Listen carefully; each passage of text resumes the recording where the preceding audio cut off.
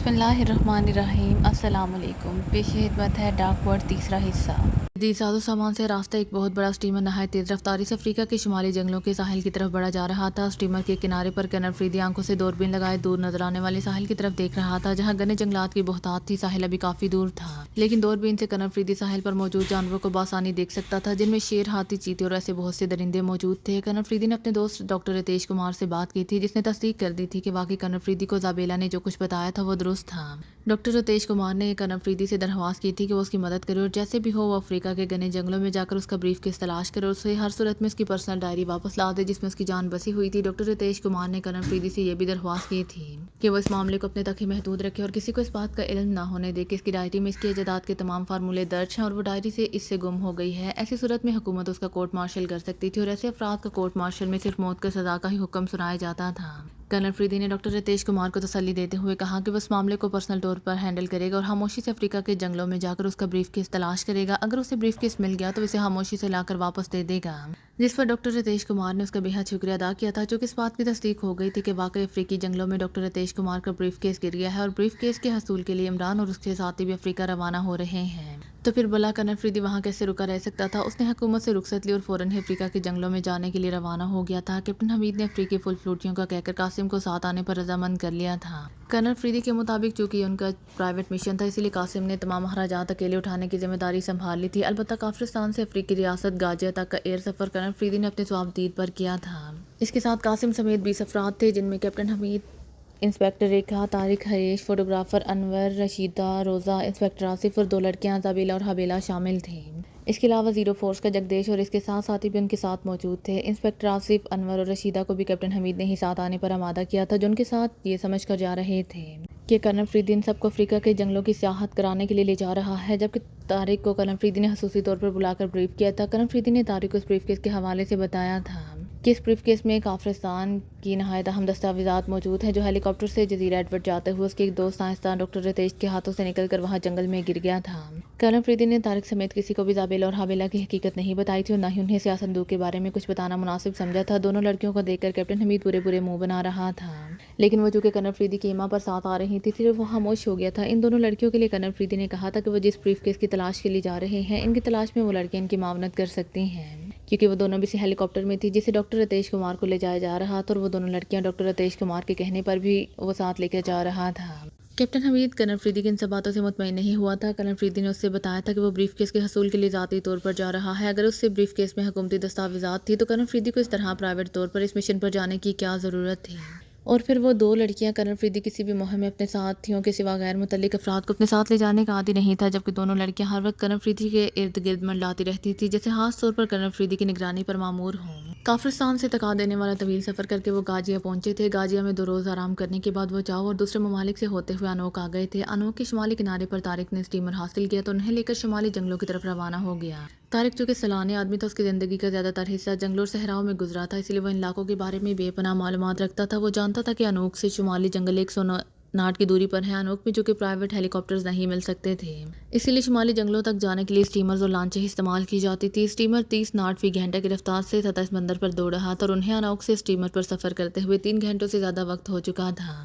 پھر جب دور شمالی جنگلوں کی ساحلی پٹی دکھائی دی تو کنر فریدی دوربین لے کر اسٹیمر کے اگلے حصے میں آ گیا۔ طارق نے ان سب کے لیے ایسے کاغذات بنائے تھے جن کی روح سے وہ جنگل کے ماحول، طبعی حد و حال اور جنگل کی زندگی پر ایک ایڈونچر فلم بنانے کے لیے چاہ رہے تھے۔ شمالی جنگل چونکہ خطروں سے بھرا ہوا تھا، اسی لیے انہیں انوک سے حفاظت کے لیے بھاری اسلحہ لانے کی بھی اجازت مل گئی تھی۔ باقی جس سامان کی کمی تھی، طارق نے انوک سے اپنے طور پر وہ سب بھی حاصل کر لیا تھا۔ طارق نے کنر فریدی کی سنجیدگی دیکھ کر کئی بار اسے کریدنے کی کوشش کی تھی، لیکن کنر فریدی ہارڈ سٹون تھا اور ہارڈ سٹون کو کریدنا اتنا آسان نہیں تھا۔ کیپٹن حمید نے بھی قاسم کا سہارا لے کر کئی بار زابیلا اور حبیلہ کے قریب آنے کی کوشش کی تھی، لیکن دونوں لڑکیاں ہوتی ان سے دور دور تھیں، جیسے ان کا کنر فریدی کے سوا کسی اور سے کوئی واسطہ ہی نہ ہو۔ اس لیے کیپٹن حمید دل ہی دل میں کوڑ رہا تھا اور جہاں وہ جاتا قاسم اس کے ساتھ ہی چمٹا رہتا تھا۔ انور اور رشیدہ ایک طرف تھے اور انور کا تو کام ہی فوٹوگرافی کرنا تھا اور اس ایڈونچر سے وہ بے حد خوش تھا۔ اس کے پاس ڈیجیٹل کیمرہ تھا جس میں ہیوی میموری کارڈ لگا ہوا تھا۔ جب سے سفر شروع ہوا تھا وہ ہر وقت تصویریں ہی بناتا رہتا تھا۔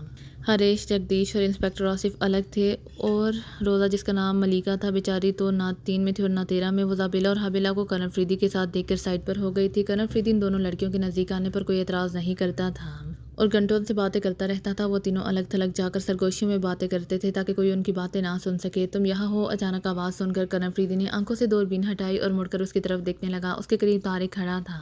ہاں، میں ساحل کی طرف دیکھ رہا تھا۔ کرن افریدی نے اس بات میں سر ہلا کر کہا۔ بس 15-20 منٹ کی بات ہے، پھر ہم ساحل پر ہوں گے، طارق نے کہا۔ ساحل پر میں نے بہت سے جانور دیکھے ہیں، ان میں شیر، چیتے اور ہاتھی بھی ہیں، کرن افریدی نے کہا، اور طارق بے اختیار مسکرا دیا۔ ہم شمالی جنگلوں میں جا رہے ہیں، برہردار ان جنگلوں میں شیر ہاتھی نہیں ہوں گے تو اور کہاں ہوں گے، طارق نے کہا۔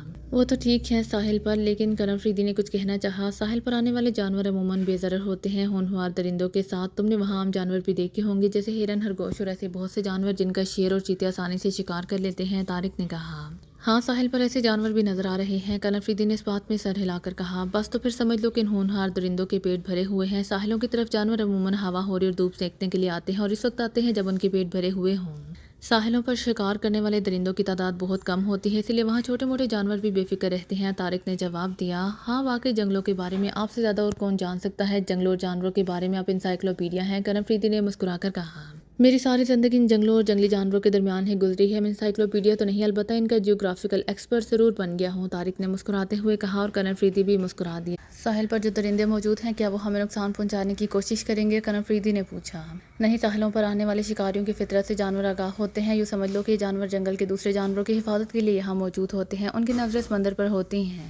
جب بھی انہیں دور سے کوئی لانچ یا اسٹیمر ساحل کی طرف آتا دکھائی دیتا ہے تو یہ فوراً جنگلوں میں بھاگ جاتے ہیں اور دوسرے جانوروں کو شکاریوں کے آنے کی اطلاع دیتے ہیں تاکہ شکاریوں سے بچنے کے لیے سب دور دور بھاگ جائیں، طارق نے جواب دیتے ہوئے کہا۔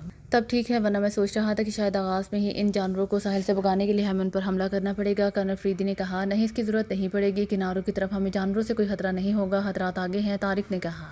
میں سمجھ کہ آپ ہمارے ساتھ ہیں، اس لیے میں کہہ سکتا ہوں کہ ان خطرات سے ڈرنے والے ایکس جنگلات ہم نہیں ہیں، کرن افریدی نے کہا، اور طارق ہنس پڑا۔ بڑے خوشگوار موڈ میں ہو، طارق نے مسکراتے ہوئے کہا۔ شاید سمندری ہواؤں کا اثر ہے، کرن افریدی نے جواب دیا، اور طارق ایک بار پھر ہنس دیا۔ اسی لمحے زابیلہ چلتے ہوئے اس طرف آ گئی۔ اسے دیکھ کر طارق کا منہ بن گیا۔ نہ جانے کیا بات تھی، ان دونوں لڑکیوں کو طارق قطعی پسند نہیں کر رہا تھا، وہ ہر لمحے انہیں عجیب سی نظروں سے دیکھتا رہتا تھا۔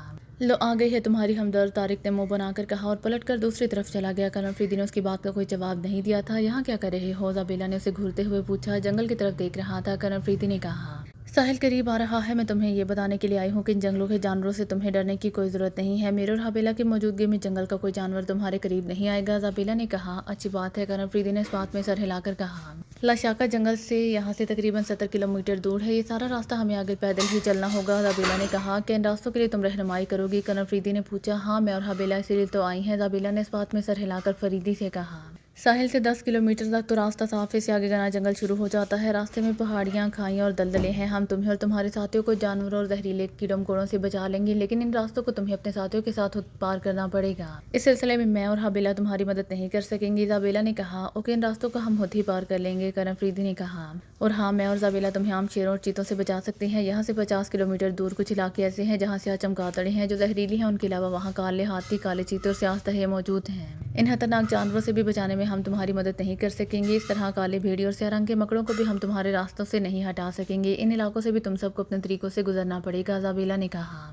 تم فکر نہ کرو، ان خطرات سے طارق صاحب خود نمٹ لیں گے، وہ ان جنگلوں کے تمام اسرار اور خطرات سے واقف ہیں، اسی لیے میں انہیں ساتھ لایا ہوں، کرن افریدی نے کہا۔ میں جانتی ہوں تمہارا یہ شکاری ساتھی بے حد ذہین اور تیز ترار ہے، لیکن پھر بھی تمہیں آنے والے خطرات سے آگاہ کرنا میرا کام تھا، زابیلہ نے کہا۔ اور کون کون سے خطرات ہیں جن میں تم اور تمہاری بہن حبیلہ ہماری مدد نہیں کر سکتی؟ کرن افریدی نے پوچھا۔ ان جنگلوں میں ایک ہوبان نامی ایک وحشی قبیلہ رہتا ہے، ان ہوبانی وحشیوں کا کوئی مستقل ٹھکانہ نہیں ہے، وہ جنگلوں میں گھومتے پھرتے رہتے ہیں، جہاں رات ہوتی ہے پڑاؤ ڈال لیتے ہیں۔ اگر ان ہوبانی وحشیوں کا اور تمہارا سامنا ہو گیا تو ہم یہاں نہیں رکیں گے، ہم سب کی نگاہوں سے اوجھل ہونا پڑے گا، ان وحشیوں سے بچنا تمہاری ذمہ داری ہے، زابیلہ نے کہا۔ کیوں، کیا وہ وحشی زیادہ خطرناک ہے؟ کرن افریدی نے چونک کر پوچھا۔ ہاں، ہوبان قبیلے کے یہ وحشی گوشت خور ہیں، وہ جانوروں کے ساتھ ساتھ انسانوں کو بھی کھا جاتے ہیں اور خاص طور پر انہیں انسانی خون پسند ہے، ان کا تعلق بھی چونکہ شیطانی دنیا سے ہے، اس لیے ہمیں ان کے سامنے آ رہے اور ان کے خلاف کام کرنے کی اجازت نہیں ہے، زابیلہ نے کہا۔ ان ہوبانی وحشیوں کی تعداد کتنی ہے اور ان کا سردار کون ہے؟ کرن افریدی نے کہا۔ وحشیوں کی تعداد 200 کے لگ بھگ ہے، ان کا سردار ہوبان ہے، زابیلہ نے کہا۔ کیا وہ مسلح ہے؟ کرن افریدی نے پوچھا۔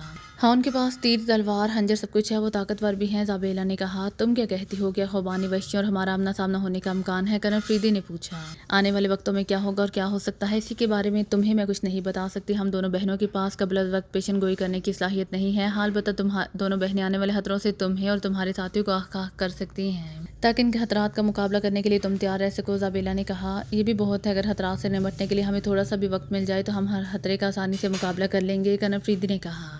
ساحل ساحل آہستہ آہستہ قریب آتا جا رہا تھا اور واقعی جو اسٹیمر ساحل کے قریب جا رہا تھا، ساحل پر موجود جانوروں نے جنگل کی طرف بھاگنا شروع کر دیا تھا۔ تھوڑی دیر بعد اسٹیمر ساحل کے کنارے سے جا لگا۔ جیسے ہی اسٹیمر ساحل سے لگا، وہ سب اسٹیمر سے باہر آ گئے اور انہوں نے اسٹیمر سے اپنی ضرورت کے سامان کے تھیلے نکال لیے کہ ہمیں ریسٹ کرنے کے لیے یہاں کیمپ لگانے کی ضرورت ہے۔ طارق نے ان سب سے مخاطب ہو کر پوچھا۔ نہیں، ہم سارے راستے آرام ہی کرتے آئے ہیں، اگر ہمیں آگے لے جانا چاہتے ہیں تو ہمیں کوئی اعتراض نہیں ہے، کرن فریدی نے کہا۔ اس کی تقلید میں قاسم کے سوا سب نے اس بات میں سر ہلا دیے۔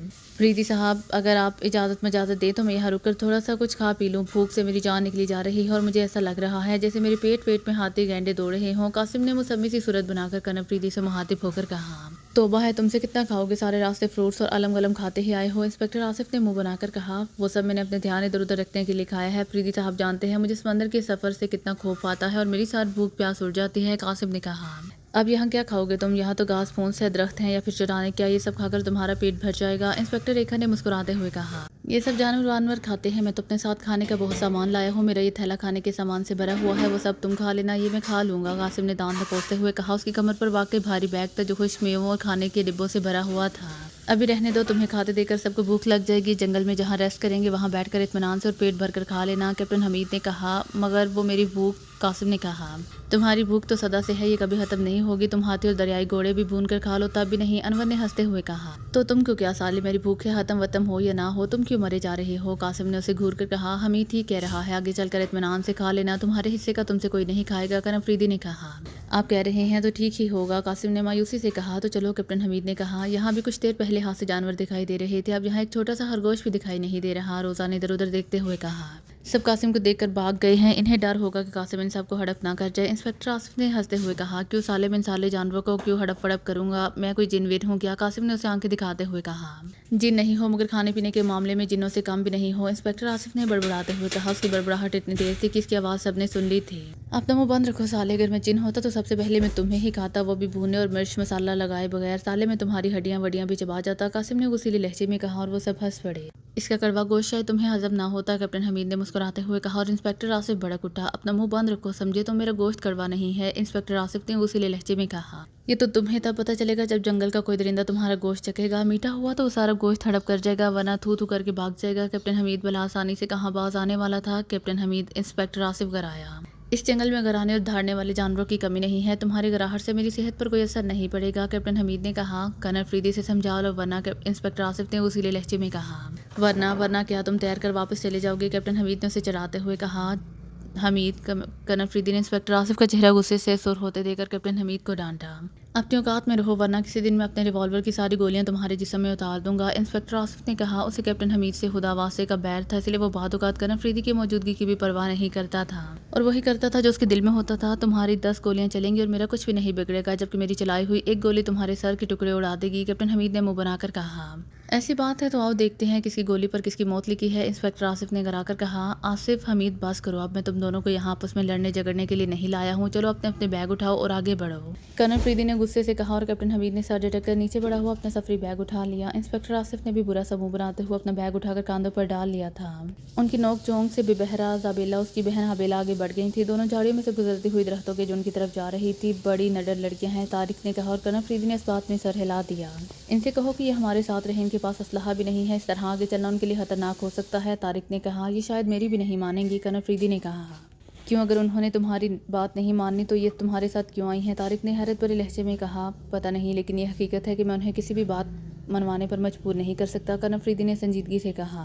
حیرت ہے ان کے انداز اور تمہاری بات سے تو ایسا لگ رہا ہے جیسے تم نہیں بلکہ یہ ہمیں لیڈ کرنا چاہتے ہیں، طارق نے اسی انداز میں کہا۔ ایسی بات نہیں ہے، آپ ان کی فکر چھوڑیں، انہوں نے کہا تھا کہ یہ اپنی حفاظت خود کرنا جانتے ہیں، کرن فریدی نے کہا۔ یہ ہونہار جنگل ہے بردار، یہاں بڑا شکاری بھی مار کھا سکتا ہے اور تم کہہ رہے ہو کہ یہ نازک سی لڑکی اپنی حفاظت خود کریں گی، طارق نے کہا۔ اس کے لہجے میں بدستور حیرت تھی۔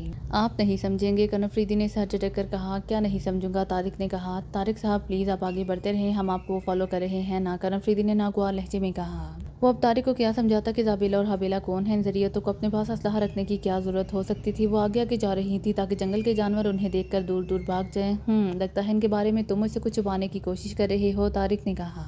اب آپ ہاں بال کی کھال نکال رہے ہیں، میں نے کہا تو ہے کہ آپ انہیں ان کے حال پر چھوڑ دیں، انہیں کچھ نہیں ہوگا، کرن فریدی نے بیزاری سے کہا اور طارق حیرت زدہ انداز میں اس کی شکل دیکھنے لگا کیونکہ کرن فریدی اس کی دل سے عزت کرتا تھا۔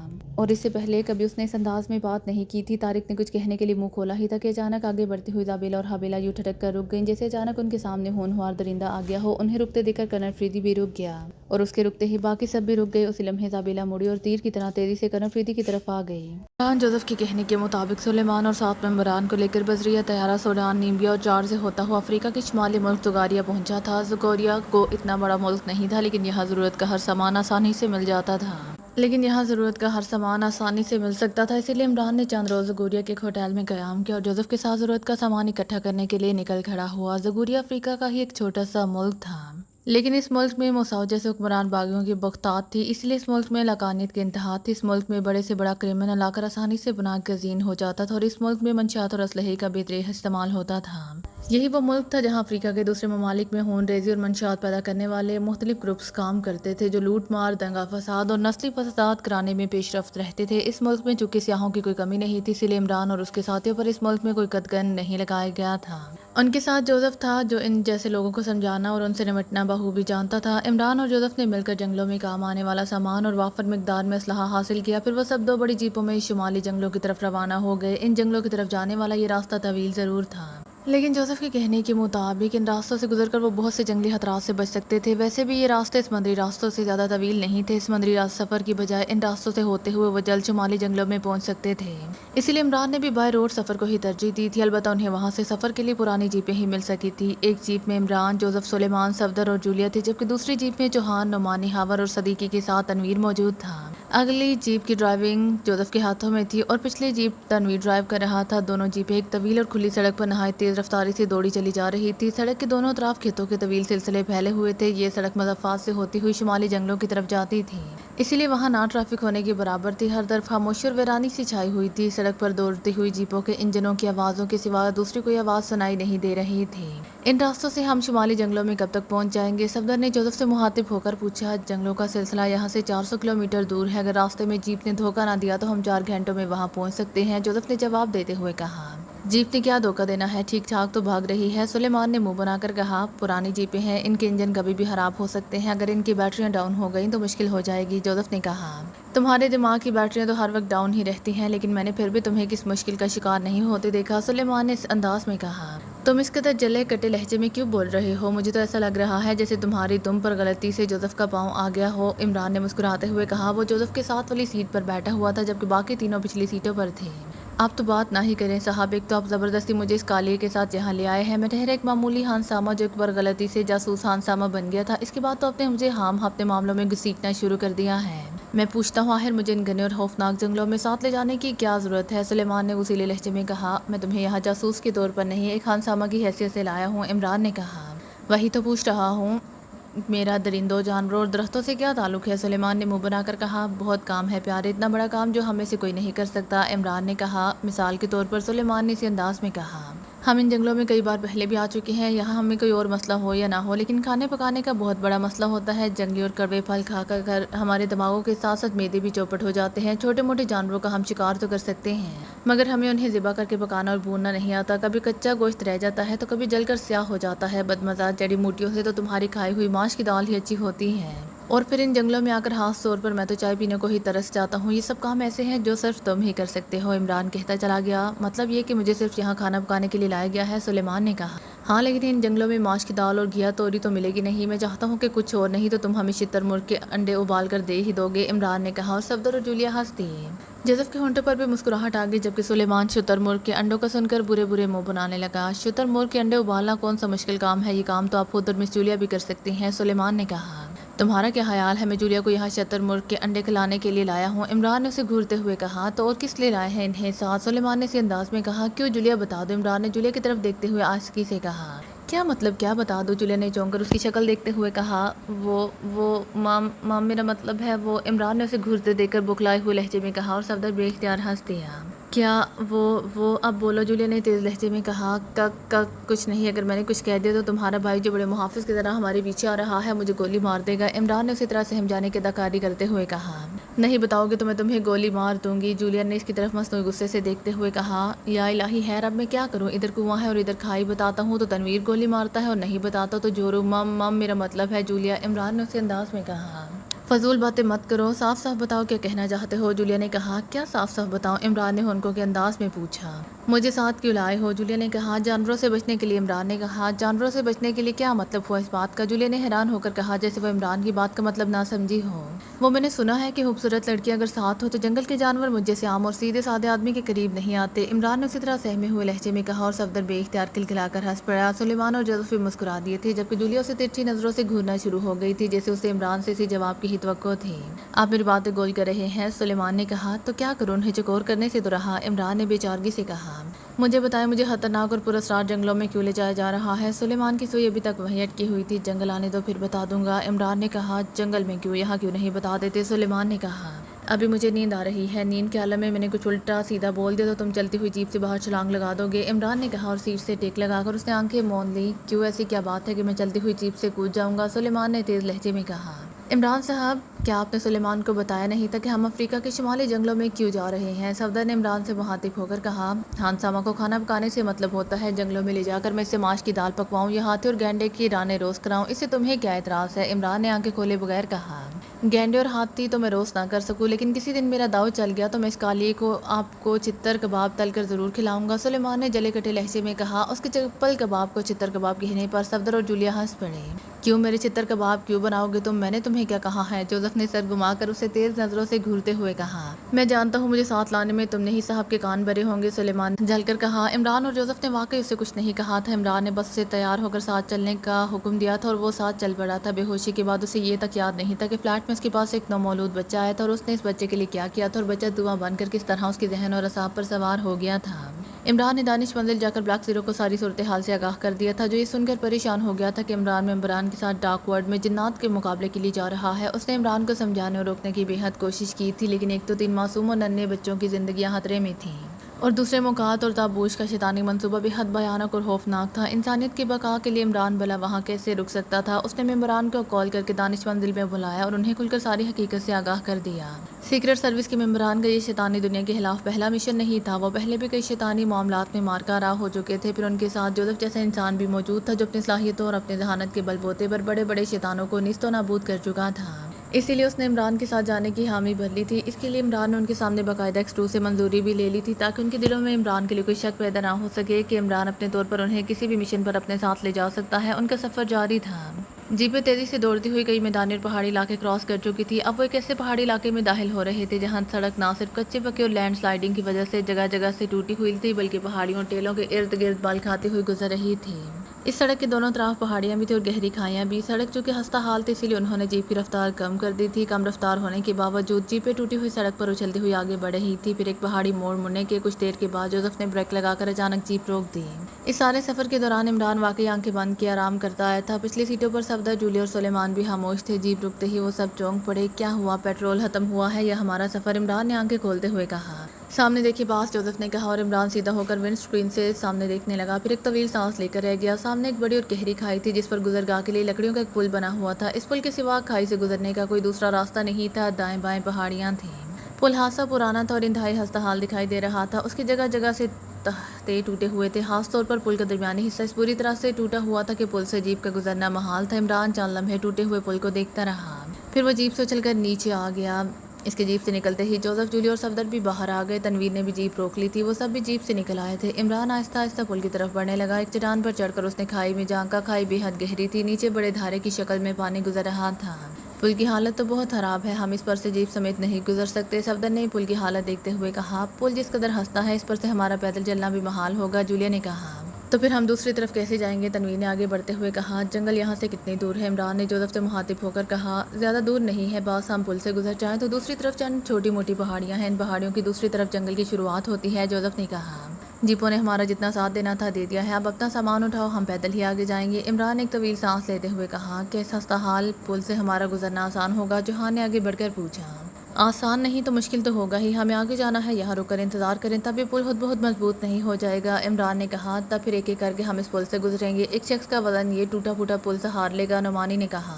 ہاں پل کی رسیاں مضبوط نظر آ رہی ہیں، صرف تختے ٹوٹے ہوئے ہیں، ان ٹوٹے ہوئے تختوں سے بچ کر ہم آگے جا سکتے ہیں، صدیقی نے کہا۔ تو پہلے کون جائے گا؟ ہاور نے ان سب کی طرف دیکھتے ہوئے پوچھا۔ میرا قد کاٹ زیادہ ہے اور میں آپ سب سے زیادہ وزنی ہوں، پہلے اس پل سے میں گزروں گا، اگر یہ میرا وزن سہار گیا تو پھر آپ میں سے کسی کے لیے مشکل نہیں ہوگی، جوزف نے آگے آتے ہوئے کہا۔ یہ زیادہ مناسب رہے گا، جوزف اس پل سے گزر گیا تو پھر واقعی ہمارے لیے مشکل نہیں ہوگا، جولیا نے اس بات میں سر ہلاتے ہوئے کہا۔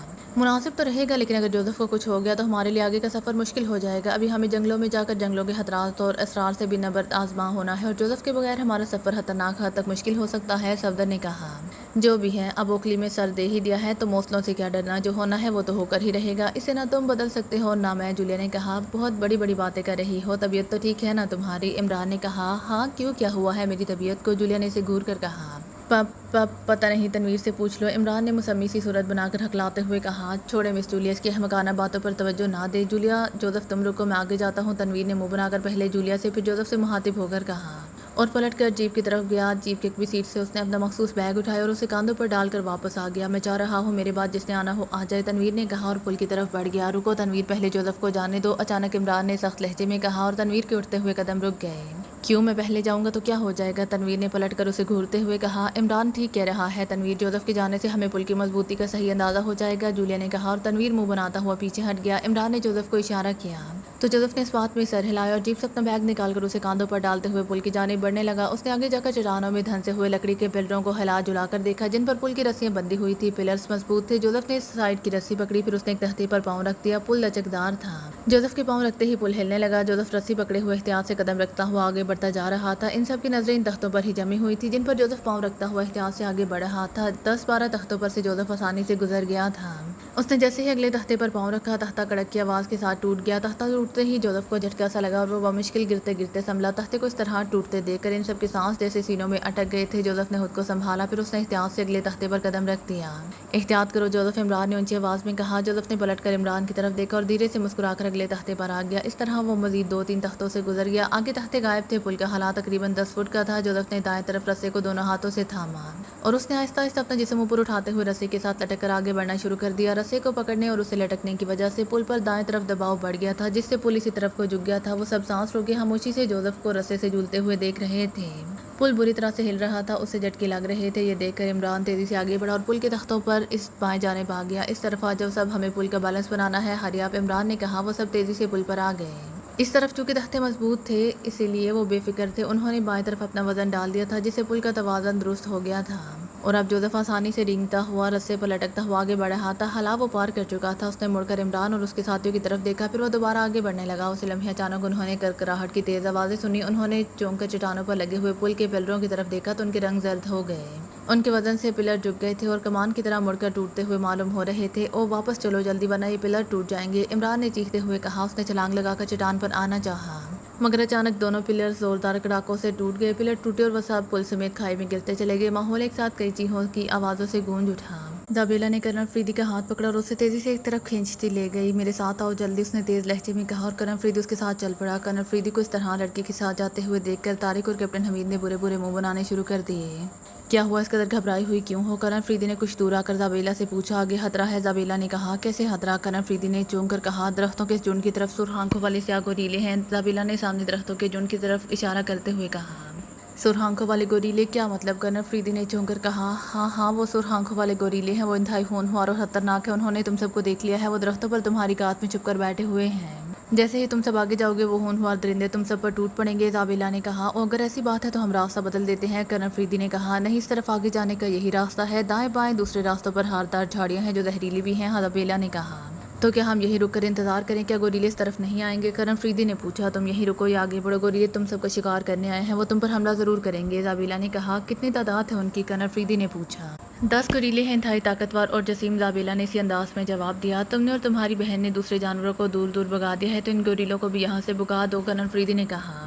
نہیں، ہم انہیں یہاں سے نہیں بھگا سکتی، زابیلا نے کہا۔ کیوں، کیا یہ گوریلے تم دونوں سے نہیں ڈرتے؟ کرن فریدی نے کہا۔ نہیں، ہم روشن علاقے میں ہیں، روشن حصول کے سیاہ جانور ہم سے نہیں ڈرتے، خاص طور پر وہ جانور جو سیاہ ہوں، جن کی آنکھیں سرخ ہوں، زابیلا نے کہا۔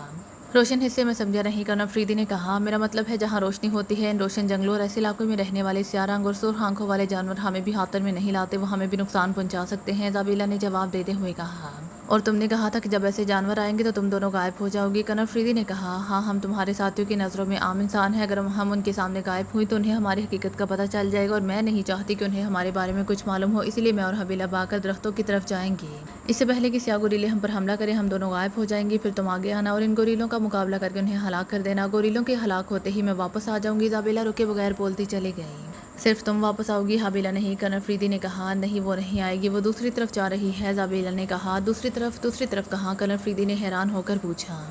ہمارے دشمن آ رہے ہیں، جب تک تمہارا اور ان کا سامنا ہوگا اس وقت تک وہ بہت آگے آ چکے ہوں گے، اسی لیے ہماری بھی یہی کوشش ہوگی کہ انہیں آگے نہ بڑھنے دیا جائے۔ حویلا انہیں اپنے طور پر روکنے کی کوشش کرے گی، وہ ان کے سامنے نہیں جائے گی، لیکن وہ ان پر ایسے وار ضرور کر سکتی ہے جو ان سب کے لیے جان لیوا ثابت ہو۔ ایزابیلا نے کہا، دشمن تمہارا مطلب ہے عمران اور اس کے ساتھی؟ کنر فریدی نے چونک کر کہا، ہاں۔ ایزابیلا نے اس بات میں سر ہلا کر کہا، ٹھیک ہے، جیسا تم مناسب سمجھو۔ کنر فریدی نے کاندھے اچکاتے ہوئے کہا، اب تم اپنے ساتھیوں کے پاس جاؤ اور انہیں گوریلوں کے بارے میں بتا دو، اور یہ کہ ان کا مقابلہ کرنے کے لیے تیار ہو سکے۔ ایزابیلا نے کہا، اور کنر فریدی نے اس بات میں سر ہلایا اور اپنے ساتھیوں کی طرف بڑھ گیا، جبکہ ایزابیلا واپس حویلا کی طرف چلی گئی۔ کیا کہہ رہی تھی یہ مادام نمبر 1؟ کیپٹن حمید نے کنر فریدی کو واپس آتے دیکھ کر بڑے کڑوے لہجے میں کہا۔ مادام نمبر 1 کیا مطلب؟ کنر فریدی نے حیران ہو کر کہا۔ دونوں ہم شکل ہیں، اسی لیے ایک مادام نمبر 1 ہے، دوسری مادام نمبر 2، کیپٹن حمید نے کہا، اور اس کی بات سن کر ان سب کے ہونٹوں پر مسکراہٹ آ گئی۔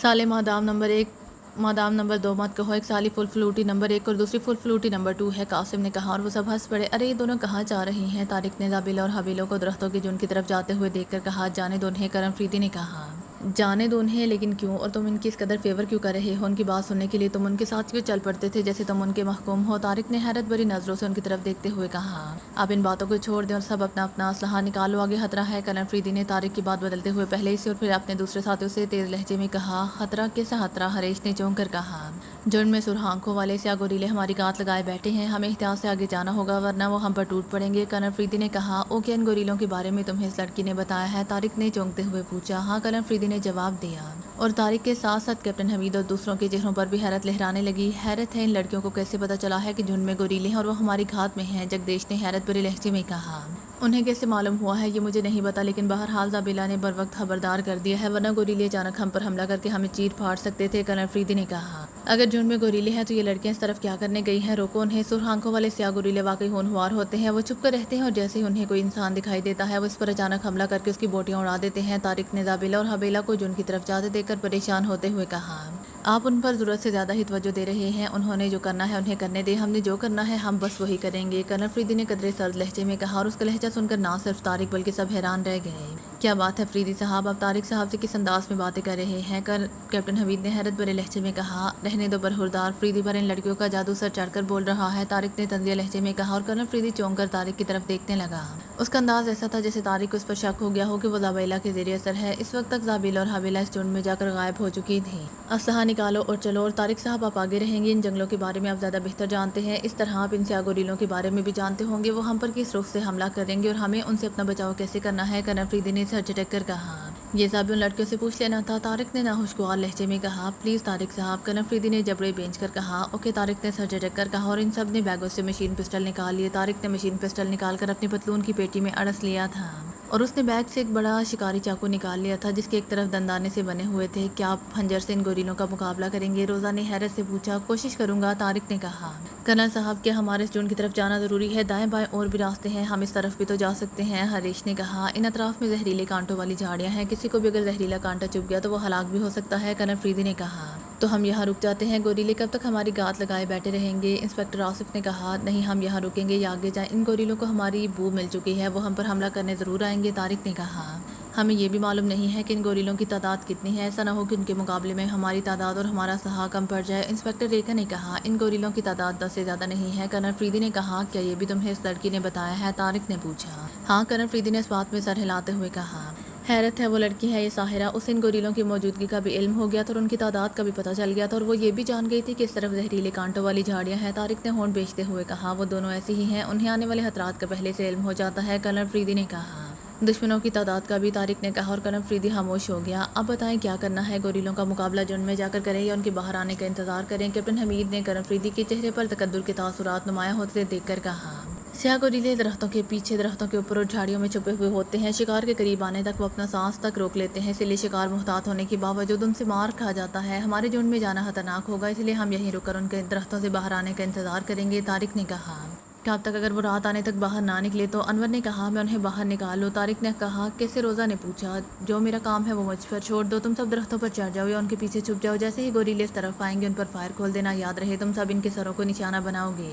ان کے جسموں پر گنے بال ہوتے ہیں جو سرکنڈوں کی طرح سخت ہوتے ہیں، ان پر آسانی سے گولی کا اثر نہیں ہوگا، جبکہ ان کے سروں میں لگنے والی گولی ان کی موت کا باعث بن سکتی ہے۔ طارق نے کہا مم میں کیا کروں مم، مجھے تو گن ون بھی چلانی نہیں آتی۔ قاسم نے خوفزدہ لہجے میں پوچھا تمہیں گن چلانے کی کیا ضرورت ہے؟ ہم جا کر چھپ جاتے ہیں، تم یہی رکو، تمہیں دیکھ کر گوریلے ویسے ہی ڈر کر بھاگ جائیں گے۔ انور نے کہا تو وہ سب مسکرا دیے۔ کیوں سالے؟ کیا گوریلے سالے میرے رشتہ دار ہیں یا میں ان موریلوں سے زیادہ خطرناک ہوں جو مجھے دیکھ کر بھاگ جائیں گے؟ قاسم نے اس پر پلٹتے ہوئے کہا باتیں مت کرو، جا کر چھپ جاؤ، میں گوریلوں کو جن سے باہر لانے والا ہوں۔ طارق نے تیز لہجے میں کہا اور وہ سب ہلا کر سر تیزی سے دائیں بائیں درختوں کی طرف بڑھ گئے۔ قاسم بھی تھل تھل کرتا ہوا ایک درخت کے پیچھے چلا گیا، البتہ قلم افریدی طارق کے پاس سے رک گیا تھا۔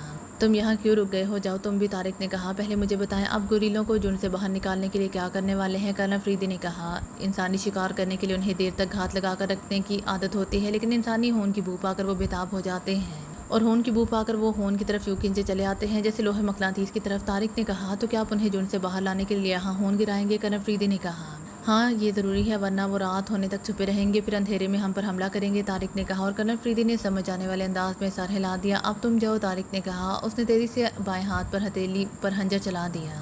اس کی ہتھیلی پر خون ابھرا تو اس نے فوراً ہاتھ الٹا دیا، اس کے ہاتھ سے خون نکل کر زمین پر گرنے لگا۔ طارق نے ہاتھ پر لمبا کٹ لگایا تھا جو زیادہ گہرا نہیں تھا، مگر پھر بھی خون تیزی سے نکل رہا تھا جس سے زمین پر خون پھیلتا جا رہا تھا۔ طارق نے فوراً خنجر پیٹی میں اٹھا اور جیب میں ہاتھ ڈال کر اس نے رومال نکال لیا۔ اس نے رومال زخمی ہاتھ پر لپیٹا اور تیزی سے پیچھے ہٹتا چلا گیا۔ چلو آؤ اور چھپ جاؤ، طارق نے قلم افریدی سے کہا اور پلٹ کر بھاگتا ہوا ایک درخت کے پیچھے چلا گیا۔ قلم افریدی بھی تیزی سے ایک بڑے درخت کے پیچھے آ گیا۔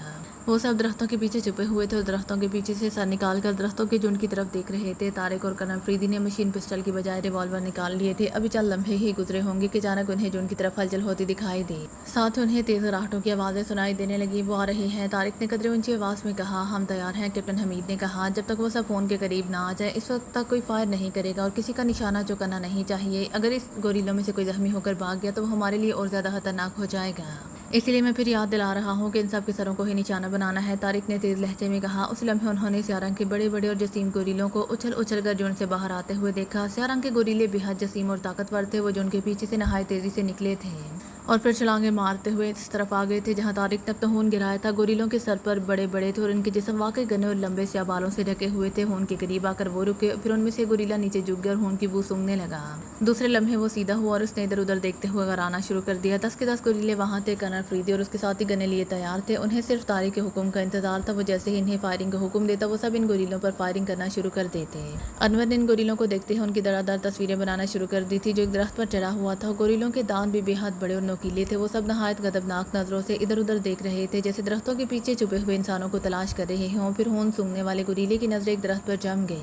اس درخت کے پیچھے طارق چھپا ہوا تھا۔ طارق کا ہاتھ چونکہ زخمی تھا اسی لیے اس گوریلے نے شاید اس کے خون کی بو پا لی تھی۔ دوسرے لمحے گوریلا نہایت غضبناک انداز میں دھاڑنے لگا، ساتھ اس نے دونوں ہاتھوں کے مکے بنا کر اپنے سینے پر دھم دھم مارنے شروع کر دیے۔ اسے ایسا کرتا دیکھ کر باقی گوریلے بھی چیختے چلاتے سینہ کوبی کرنے لگے اور ماحول ان کے سینہ پیٹنے کی آوازوں سے یوں گونجنے لگا جیسے وہاں ایک ساتھ کئی ڈھول پیٹے جا رہے ہوں۔ پھر خون سونگھنے والے گوریلے نے زمین پر دھم دھم قدم مارتے ہوئے اس درخت کی طرف بڑھنا شروع کر دی جہاں طارق چھپا ہوا تھا۔ فائر! اچانک طارق کی تیز آواز سے ماحول یکلحد گونج اٹھا۔ اس لمحے مشین پسٹل سے دھماکے ہوئے اور ماحول تڑتڑاہٹ کی تیز آوازوں کے ساتھ گوریلوں کی بھیانک چیخوں سے گونج اٹھا۔ 4 گوریلوں کے سروں پر گولیاں لگیں، وہ اچھل کر گرتے چلے گئے۔ فائرنگ کی آواز اور اپنے 4 ساتھیوں کو گرتے دیکھ کر گوریلوں میں ہڑبونگ سی مچ گئی۔ انہوں نے ادھر ادھر چھلانگیں لگائی مگر مزید گولیاں چلیں اور 2 گوریلے اور گر گئے۔ تیز فائرنگ میں باقی گوریلوں نے اس تیزی سے ادھر ادھر چھلانگیں مارنی شروع کر دی تھی کہ انہیں ان گوریلوں کے سروں کے نشانے لینے میں مشکل ہونے لگی تھی۔ ان میں سے ایک گوریلا اچھل کر ایک درخت پر چڑھ گیا۔ اس درخت پر ہریش تھا۔ ہریش نے گوریلے کے اوپر آتے دیکھا تو اس کا مشین پسٹل گرجا اور گوریلے کے سرہے پر ہچے اڑتے چلے گئے۔ گوریلا درخت کی شاخیں اور پتے توڑتا ہوا دھماکے سے نیچے گرا۔ 7 گوریلے ہلاک ہو چکے تھے۔ 3 گوریلے پاگلوں کی طرح دوڑتے ہوئے ادھر ادھر بھاگ رہے تھے۔ پھر ان میں سے 2 گوریلے اور ہٹ ہو گئے۔ ان میں سے ایک گوریلے کے سر میں قلم افریدی نے گولی ماری تھی اور دوسرا گوریلا طارق کا نشانہ بنا تھا۔ آخری گوریلا چھلاوے کی طرح چھلانگیں مارتا ہوا خود کو گولیوں سے بچاتا رہا تھا۔ جگدیش اور اس کے ساتھی مسلسل اس پر فائرنگ کر رہے تھے۔ کیپٹن حمید بھی اس کے سر کا نشانہ لینے کی کوشش کر رہا تھا لیکن گوریلا کسی ایک جگہ رک ہی نہیں رہا تھا۔ گنے بال ہونے کے باوجود وہ گولیوں سے خاصا زخمی ہو گیا تھا۔ اس کے پیروں، سینے اور کمر سے خون رس رہا تھا لیکن اس کی اچھل کود میں کوئی کمی نہیں آئی تھی۔ پھر اچانک اس گوریلے نے مڑ کر تیزی سے اس طرف بھاگنا شروع کر دیا جس طرف سے وہ آیا تھا۔ وہ بھاگ رہا ہے، پکڑو اسے زندہ مت جانے دینا۔ طارق نے درخت کے پیچھے سے نکل کر گوریلے کے پیچھے بھاگتے ہوئے کہا۔ وہ بھاگتے ہوئے گوریلے پر مسلسل فائرنگ کر رہا تھا، لیکن گوریلے نے سر کے پیچھے ہاتھ رکھ کر سر آگے کی طرف جھکا رکھا تھا۔ طارق کی بات سن کر وہ سب درختوں کے پیچھے سے نکلے اور گوریلے اور طارق کے پیچھے بھاگنے لگے، لیکن گوریلا لمبی لمبی چھلانگیں لگاتا ہوا جھاڑیوں اور درختوں میں جا کر غائب ہو گیا تھا۔ طارق کچھ دیر بعد اس کے تعاقب میں بھاگتا رہا، پھر وہ ایک جگہ رک گیا۔ کنر افریدی اور باقی افراد بھاگتے ہوئے اس کے پاس آ گئے۔ کیا ہوا؟ کنر افریدی نے اس کے قریب آ کر پوچھا۔ وہ نکل گیا ہے، طارق نے جبڑے بھینچتے ہوئے کہا۔ کس طرف گیا ہے؟ کنر افریدی نے ادھر ادھر دیکھتے ہوئے پوچھا۔ سامنے جھنڈ کی طرف، طارق نے جواب دیا۔ وہ حادثہ زخمی ہو چکا ہے، زخموں کی وجہ سے وہ زیادہ دور نہیں جا سکے گا، کیپٹن حمید نے کہا۔ ایسے چھوٹے موٹے زخموں کی ایسے طاقتور جانور پرواہ نہیں کرتے، زخمی ہو کر وہ زیادہ خطرناک ہو گیا ہے، اور ایسے خطرناک درندے زخمی کرنے والوں کا پیچھا اس وقت تک نہیں چھوڑتے جب تک وہ اپنا انتقام نہ لے لیں، طارق نے کہا۔ او تو کیا یہ گوریلا ہم سے اب انتقام لینے واپس آئے گا؟ انسپکٹر آصف نے خوف بھرے لہجے میں کہا۔ ہاں، وہ کبھی بھی اور کہیں سے بھی ہم پر حملہ کر سکتا ہے، اس لیے ہمیں اور زیادہ احتیاط سے اور پھونک پھونک کر قدم رکھنے ہوں گے، طارق نے کہا۔ میرے ٹھینگے سے اب اگر وہ گوریلا میرے سامنے آئے تو میں مار مار کر اس کا برہس نکال دوں گا، قاسم نے کہا۔ چلو آؤ، ہمیں جلد سے جلد ان درختوں سے نکلنا ہے، گھنے درختوں میں وہ گوریلا کھلے میدان کی نسبت آسانی سے چھپ کر ہم پر حملہ کر سکتا ہے، طارق نے کہا۔ ارے وہ لڑکیاں، وہ دونوں کہاں گئی؟ انور نے کہا۔ ہوں گی یہیں کہیں، انہوں نے کہاں جانا ہے؟ جھنڈ کی طرف تو وہ یوں بھاگ کر گئی تھی جیسے دونوں ہی جا کر ان گوریلوں کو ختم کر دیں گی، انسپکٹر ریکھا نے منہ بنا کر کہا۔ ویسے حیرت ہے، جس طرف وہ دونوں لڑکیاں گئی تھی گوریلے بھی اسی طرف سے آئے تھے، کیا ان گوریلوں نے ان دونوں کو نہیں دیکھا ہوگا؟ رشیدہ نے کہا۔ ہو سکتا ہے گوریلوں کو دیکھتے ہی وہ دونوں لڑکیاں اڑن چھو ہو گئی ہوں، ہریش نے کہا۔ اڑن چھو کیا مطلب؟ یہ اڑن چھو کیا ہوتا ہے؟ روزا نے حیران ہو کر کہا۔ اڑن چھو مطلب غائب ہونا، ہریش نے جواب دیتے ہوئے کہا، تو وہ سب مسکرا دیے۔ وہ ساحرہ نہیں ہے کہ غائب ہو جائیں، کیپٹن حمید نے منہ بنا کر کہا۔ پھر کہاں ہے وہ؟ ان کی آوازیں بھی سنائی نہیں دے رہی، روزا نے کہا۔ ان لڑکیوں کو ڈھونڈنا ہے، جس طرح وہ گئی تھی وہ جس طرح سے وہ خود ہی واپس آ جائیں گی، طارق نے کنر افریدی سے مخاطب ہو کر چبھتے ہوئے لہجے میں پوچھا۔ میں نہیں جانتا، آگے چلے وہ خود ہی آ جائیں گی، کنر افریدی نے سر جھٹک کر کہا۔ تو طارق ایک طویل سانس لے کر رہ گیا، وہ چند لمحے کنر افریدی کی طرف دیکھتا رہا، پھر اس نے سر جھٹک دیا، جیسے اس سے اب واقعی کنر افریدی سے ان دونوں لڑکیوں کے بارے میں کچھ نہ پوچھنے کا مصمم ارادہ کر لیا ہو۔ اوکے چلو، طارق نے کہا اور آہستہ سے احتیاط سے ادھر ادھر دیکھتا ہوا آگے بڑھنے لگا۔ اس کے کہنے پر سبھی قطار کی شکل میں ان کے پیچھے آ رہے تھے، تاکہ زخمی گوریلا اچانک کسی طرف سے نکل پر ان پر حملہ آور ہو تو وہ اسے سنبھال سکیں۔ طارق کی نظریں ارد گرد جھاڑیوں پر تھی، جہاں خون کے قطرات دکھائی دے رہے تھے، اور یہ خون ظاہر ہے اسی گوریلے کا ہو سکتا تھا جو زخمی ہو کر ان کے ہاتھوں سے بچ نکلا تھا۔ ڈاکٹر بلیک بے حد خوش تھا، اسے ایک ایسا راستہ معلوم ہو گیا تھا جس پر چل کر وہ آسانی سے نہ صرف ماؤکارا بلکہ اس جیسی بے شمار شیطانی ذریعتوں کو اپنے بس میں کر سکتا تھا، اور مٹکنڈا ہیرے کی مدد سے وہ نہ صرف انسانی دنیا بلکہ شیطان کی سیاہ دنیا پر بھی راج کر سکتا تھا۔ ڈاکٹر بلیک کو کشاکا نے تمام باتیں سمجھا دی تھی، اور اس نے ڈاکٹر بلیک کے دماغ میں ان تمام راستوں کی تفصیل بھی ڈال دی تھی جن پر وہ چل کر افریقہ کے گھنے اور پراسرار جنگلوں میں اس مقام تک پہنچ سکتا تھا جہاں ایک مہارشی کے کٹے ہوئے ہاتھ کے نیچے رشی اور مہارشیوں کے ہتھیاروں اور دوسرے بہت سے سامان سے بڑا ہوا ایک صندوق دفن تھا۔ ڈاکٹر بلیک کو کشاکا نے یہ بھی کہا تھا کہ وہ افریقہ کے جنگلوں میں جا کر اپنی ساحرانہ طاقتوں کا صرف اس حد تک استعمال کرے جس سے وہ اپنی طرف بڑھتے ہوئے خطرات کو دور بھگا سکے۔ کشاکا نے اس سے سختی سے منع کیا تھا کہ وہ عمران اور اس کے ساتھی اور کنر افریدی اور اس کے ساتھیوں کے خلاف اپنی ساحرانہ طاقتیں استعمال نہیں کرے گا۔ عمران اور کنر افریدی کے ساتھ ساگندیاں ہیں، اس لیے وہ ان دونوں پارٹیوں سے ہر ممکن طریقے سے بچنے کی کوشش کرے گا، اور اسے خود سے اور اپنے ساتھ لے جانے والے ساتھیوں کو ان دونوں ساگندیوں سے بھی بچانا اور چھپانا ہوگا۔ انہوں نے ڈاکٹر بلیک کو ایک مخصوص عمل بھی بتا دیا تھا جس سے دونوں ساگندیوں موقات قبیلے کے سردار اور اس کے ساتھیوں کو یہ علم نہ ہو سکے کہ وہ بھی رشی اور مہارشیوں کا سیاہ صندوق حاصل کرنے کے لیے اپنے ساتھیوں کے ساتھ جنگلوں میں پہنچ چکا ہے۔ ڈاکٹر بلیک کو کشاکا نے مشورہ دیتے ہوئے کہا کہ وہ اپنے ساتھیوں کے ساتھ جنگلوں میں عام جرائم پیشہ انسان کی حیثیت سے جائے اور کوشش کرے کہ وہ مکاشی اور اس کے ساتھیوں سے سیاہ صندوق عام انسانوں کی طرح ہی دھوکے اور عیاری سے حاصل کر سکے۔ ڈاکٹر بلیک کو بھلا کیا مسئلہ ہو سکتا تھا؟ وہ ایک بڑے اور فاسٹ سینڈیکیٹ کا سربراہ تھا، وہ اپنے ساتھ سینکڑوں مسلح افراد کو لے جا سکتا تھا، وہ مکاشی اور اس کے ساتھیوں سے سیاہ صندوق بغیر کسی ماورائی طاقت کا استعمال کے حاصل کر سکتا تھا، اس لیے اس نے فوراً افریقہ کے گھنے اور پراسرار جنگلوں میں جانے کا فیصلہ کر لیا۔ اگلے چند روز بعد وہ اپنے 100 سے زائد مسلح افراد کے ساتھ ایک چارٹر شپ میں افریقہ کی طرف بڑھا جا رہا تھا۔ اس نے کشاکا کو چونکہ اس کی مطلوبہ بینڈ مہیا کر دی تھی، اسی لیے کشاکا نے اس کے ذہن میں تمام راستوں کی تصویریں اتار دی تھی جہاں سے وہ اپنے ساتھیوں سمیت ٹھیک اس جگہ پہنچ سکتا تھا جہاں رشی اور مہارشیوں کا سیاہ صندوق دفن تھا۔ ڈاکٹر بلیک جو کہ عمران، کنر افریدی اور اس کے ساتھیوں کے خلاف ساحرانہ طاقتیں استعمال نہیں کر سکتا تھا، اسی لیے اس نے اپنے ساتھیوں کے مشورے پر عمل کرتے ہوئے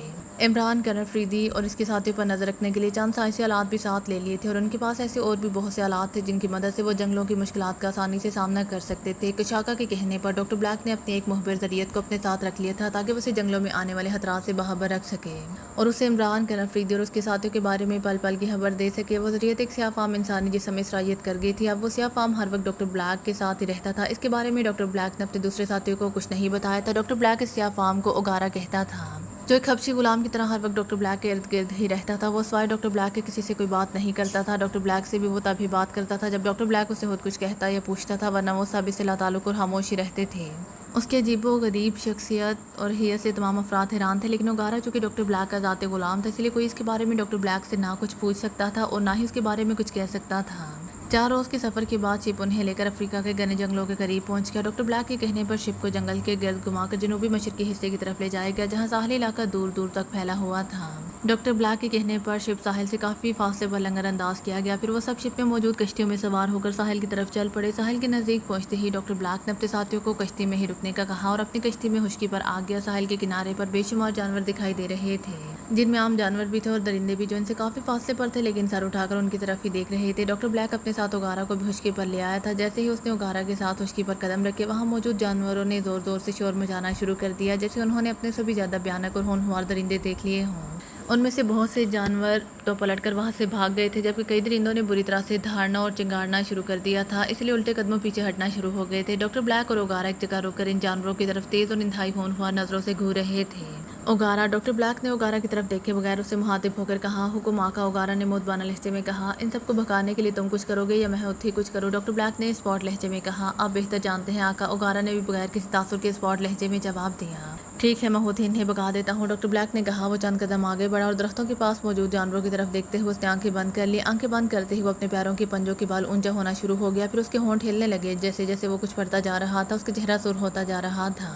چند ہی لمحوں میں اس کا چہرہ اس قدر سرخ ہو گیا جیسے اس کے جسم کا سارا خون اس کے چہرے پر سمٹ آیا ہو۔ اگر اس کا چہرہ اسی طرح سے مزید سرخ ہوتا رہا تو شاید اس کے چہرے کے مساموں سے خون پھوٹ پڑتا، لیکن اس سے پہلے کہ ایسا کچھ ہوتا، اچانک ڈاکٹر بلیک نے آنکھیں کھول دی۔ جیسے ہی اس نے آنکھیں کھولی، دور کھڑے جانور بری طرح سے چیختے ہوئے پلٹے اور نہایت تیزی سے درختوں کے جھنڈ کی طرف بھاگتے چلے گئے، جیسے انہیں کسی نے بری طرح سے ہنٹروں سے مارنا شروع کر دیا ہو۔ ڈاکٹر بلیک کی آنکھیں اس کے چہرے سے زیادہ سرخ ہو رہی تھیں، اس کی آنکھوں سے سرخ شعلے مسلسل نکل رہے تھے اور انہی شعلوں کو دیکھ کر وہاں موجود چھوٹے بڑے جانور بری طرح سے چیختے ہوئے وہاں سے بھاگ گئے تھے۔ ڈاکٹر بلیک چند لمحے اسی طرح شعلہ بار نظروں سے درختوں کی طرف دیکھتا رہا، جہاں جانوروں میں بھگدڑ سی مچ گئی تھی۔ درختوں کے پیچھے چھپے ہوئے دوسرے جانوروں کے ساتھ درختوں پر بیٹھے ہوئے پرندے بھی بری طرح سے شور مچاتے ہوئے جنگل کی طرف اڑ گئے تھے۔ ان سب کا شور دور جانے کی وجہ سے کم ہوتا جا رہا تھا، اور جب پرندوں اور جانوروں کا شور مکمل طور پر ختم ہو گیا تو ڈاکٹر بلیک کی آنکھیں حیرت انگیز طور پر نارمل ہونا شروع ہو گئی، اور چند ہی لمحوں میں اس کی آنکھوں کے ساتھ ساتھ اس کے چہرے کی سرخی بھی ختم ہو گئی۔ اس نے جس طرح آہستہ آہستہ اپنے پنجے اٹھائے تھے، اسی طرح نہایت آہستہ آہستہ وہ دوبارہ اپنے پیروں پر آ گیا۔ یہ جانور آپ میری شکل کبھی نہیں بھولیں گے، اور میں جیسے جیسے آگے جاؤں گا یہ مجھ سے دور بھاگتے رہیں گے۔ ڈاکٹر بلیک نے زہریلے انداز میں مسکراتے ہوئے کہا، آپ بالکل ٹھیک کہہ رہے ہیں آقا، اپنے سرہاگا کا جاپ کیا ہے، اسی لیے نہ صرف یہ جانور بلکہ جنگل کے دوسرے جانور بھی آپ سے ڈر کر اب آپ سے دور بھاگتے رہیں گے۔ جب تک آپ اپنے ساتھیوں کے ساتھ ان جنگلوں میں رہیں گے، کئی کئی فرلانگ تک کوئی پرندہ بھی اپنے گھونسلے میں واپس نہیں آئے گا۔ اوگارا نے اسی طرح اپنے مخصوص اسپاٹ لہجے میں کہا۔ ڈاکٹر بلیک نے پلٹ کر کشتیوں میں موجود اپنے ساتھیوں کی طرف دیکھا، پھر اس نے انہیں ہاتھ کے اشارے سے ساحل کی طرف آنے کا کہا۔ دوسرے لمحے سمندر میں رکی ہوئی کشتیاں حرکت میں آئیں اور ساحل کی طرف بڑھنے لگیں۔ مجھے اب اکیلے بیٹھ کر ایک اور جاپ کرنا ہے تاکہ ان جنگلوں میں موجود موقعات اور اس کے نمائندوں کو ہمارے بارے میں علم نہ ہو سکے اور نہ ہی ان کی سرگرمیوں کو کچھ علم ہو سکے۔ ہم یہاں ان سے چھپ کر رہیں گے اور خاموشی سے آگے بڑھتے رہیں گے تاکہ بغیر کسی رکاوٹ کے اپنی منزل تک پہنچ سکیں، ڈاکٹر بلیک نے کہا۔ اوگارا نے اس کی بات کا کوئی جواب نہ دیا، وہ کسی بت کی طرح اس کے ساتھ کھڑا تھا۔ تھوڑی ہی دیر میں اس کے ساتھی ساحل پر آ گئے۔ وہ اپنے ساتھ شپ سے سارا سامان لے آئے تھے، جن میں کھانے پینے کا سامان بھی تھا، اسلحہ بھی اور سائنسی آلات بھی جو آگے چل کر ان کے کام آ سکتے تھے۔ ڈاکٹر بلیک تقریباً 100 افراد کو اپنے ساتھ لایا تھا۔ ان جنگلوں میں چونکہ عمران، کرن فریدی اور ان کے ساتھی آ چکے تھے، اس لیے اس نے اپنے تمام ساتھیوں کی الگ پہچان کے لیے انہیں ایک جیسے سیاہ لباس پہنا دیے تھے، جن پر سفید رنگ کی تیرچھی دھاریاں سی بنی ہوئی تھیں۔ ڈاکٹر بلیک کے حکم سے انہوں نے ساحل پر ہی پڑاؤ ڈال دیا تھا اور وہاں پیراشوٹ کے بنے ہوئے خیمے لگانا شروع ہو گئے تھے۔ ڈاکٹر بلیک نے ان سے کہا تھا کہ وہ دن کی روشنی میں کم اور رات کی تاریکی میں زیادہ سفر کریں گے۔ اس نے اپنے ساتھیوں کو یقین دلا دیا تھا کہ اس کے ہوتے ہوئے جنگل کا کوئی جانور یا کوئی کیڑا ان کے قریب نہیں پھٹک سکے گا، اور اس کے ساتھیوں نے ڈاکٹر بلیک کو خطرناک درندوں کو وہاں سے بھگاتے دیکھ لیا تھا، اسی لیے وہ سب مطمئن تھے، اور وہ سب ڈاکٹر بلیک کے ایسے ساتھی تھے جو اس کے حکم پر آنکھ بند کر کے عمل کرنا جانتے تھے، اسی لیے ان میں سے بھلا کسی کو کیا اعتراض ہو سکتا تھا کہ انہیں دن کو سفر کرنا ہے یا رات کی تاریکی میں۔ ڈاکٹر بلیک نے اپنے لیے ایک الگ اور بڑا خیمہ لگوایا تھا اور ساتھ خیمہ لگتے اور خیمے میں ضروری سامان پہنچتے ہی وہ اوگارا کے ساتھ خیمے میں آ گیا تھا۔ خیمے میں ایک سیاہ رنگ کا تخت رکھا گیا تھا جس پر ڈاکٹر بلیک آلتی پالتی مار کر مخصوص انداز میں بیٹھ گیا تھا۔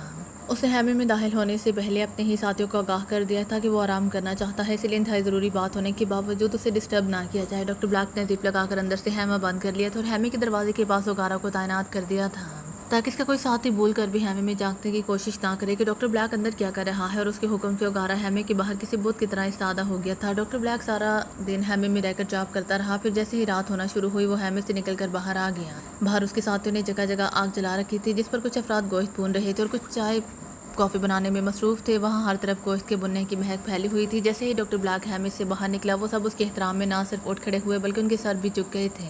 اسکار، ڈاکٹر بلیک نے تیز آواز میں کہا تو ایک نوجوان اس کی طرف مڑا اور تیز سے چلتا ہوا اس کے نزدیک آ گیا۔ اس کے قریب آتے ہی اس نے اپنا سر یوں جھکا لیا جیسے اس میں ڈاکٹر بلیک کا چہرہ دیکھنے کی ہمت نہ ہو۔ یس ڈاکٹر بلیک، اسکار نامی شخص نے نہایت مؤدبانہ لہجے میں کہا، اگر تم سب کا کھانا پینا ختم ہو گیا ہو تو سب سامان سمیٹو اور یہاں سے چلنے کی تیاری کرو۔ ڈاکٹر بلیک نے ایک راست لہجے میں کہا۔ یس ڈاکٹر بلیک، میں بھی سب کو تیار ہونے کا حکم دے دیتا ہوں، اسکار نے اسی طرح مؤدبانہ لہجے میں کہا اور مڑ کر تیزی سے اپنے ساتھیوں کی طرف بڑھتا چلا گیا۔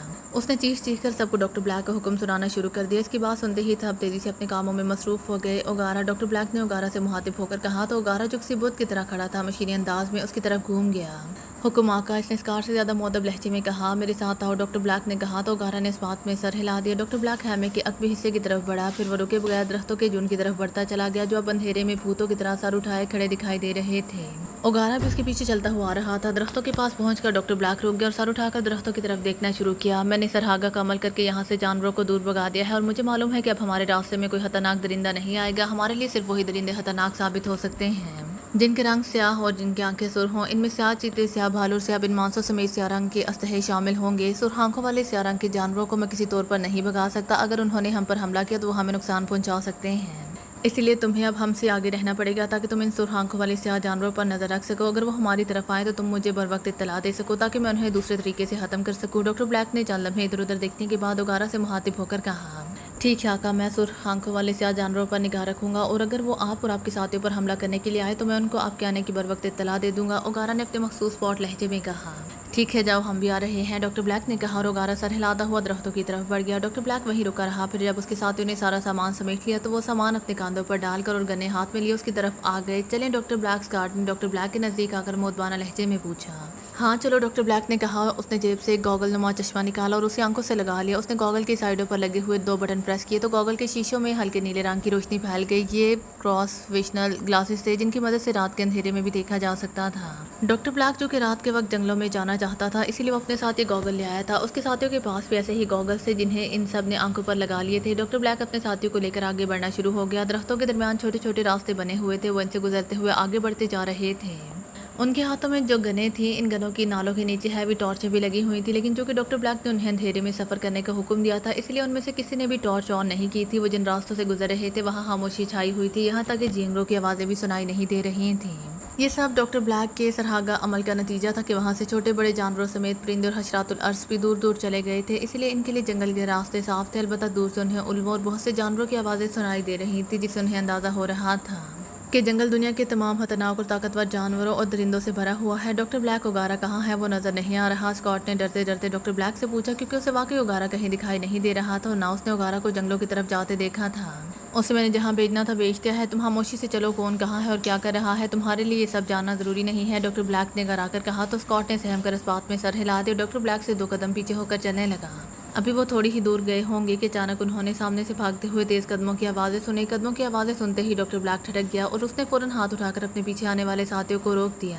اسکاٹ اور اس کے ساتھیوں نے فوراً مشین گنیں سیدھی کر لی، ان کی انگلیاں ٹریگروں پر تھیں اور نظریں سامنے جمی ہوئی تھی جیسے وہ یہ دیکھنا چاہتے ہوں کہ سامنے سے اس طرح بھاگتا ہوا کون آ رہا ہے، اور وہ جو بھی ہو جیسے ہی انہیں نظر آئے وہ اس پر فائرنگ کھول دیں گے۔ دوسرے لمحے انہیں ایک لہراتی اور چیختی ہوئی آواز سنائی دی اور وہ سب بے اختیار اچھل پڑے۔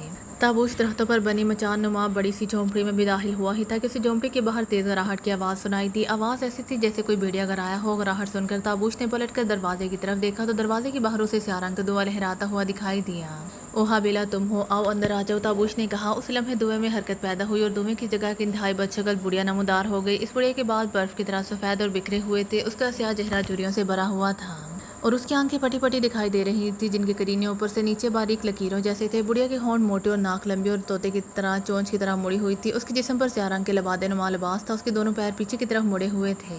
آقا تابوش شاداب، بڑھیا نے قدرے جھک کر بلغم زدہ لہجے میں کہا، یہاں کیسے آئی ہو تم؟ تو زابیلا کے ساتھ روشنی کی دنیا میں گئی ہوئی تھی، تابوش نے اس کے آداب کا جواب دیتے ہوئے کہا۔ اس کے لہجے میں حیرت تھی۔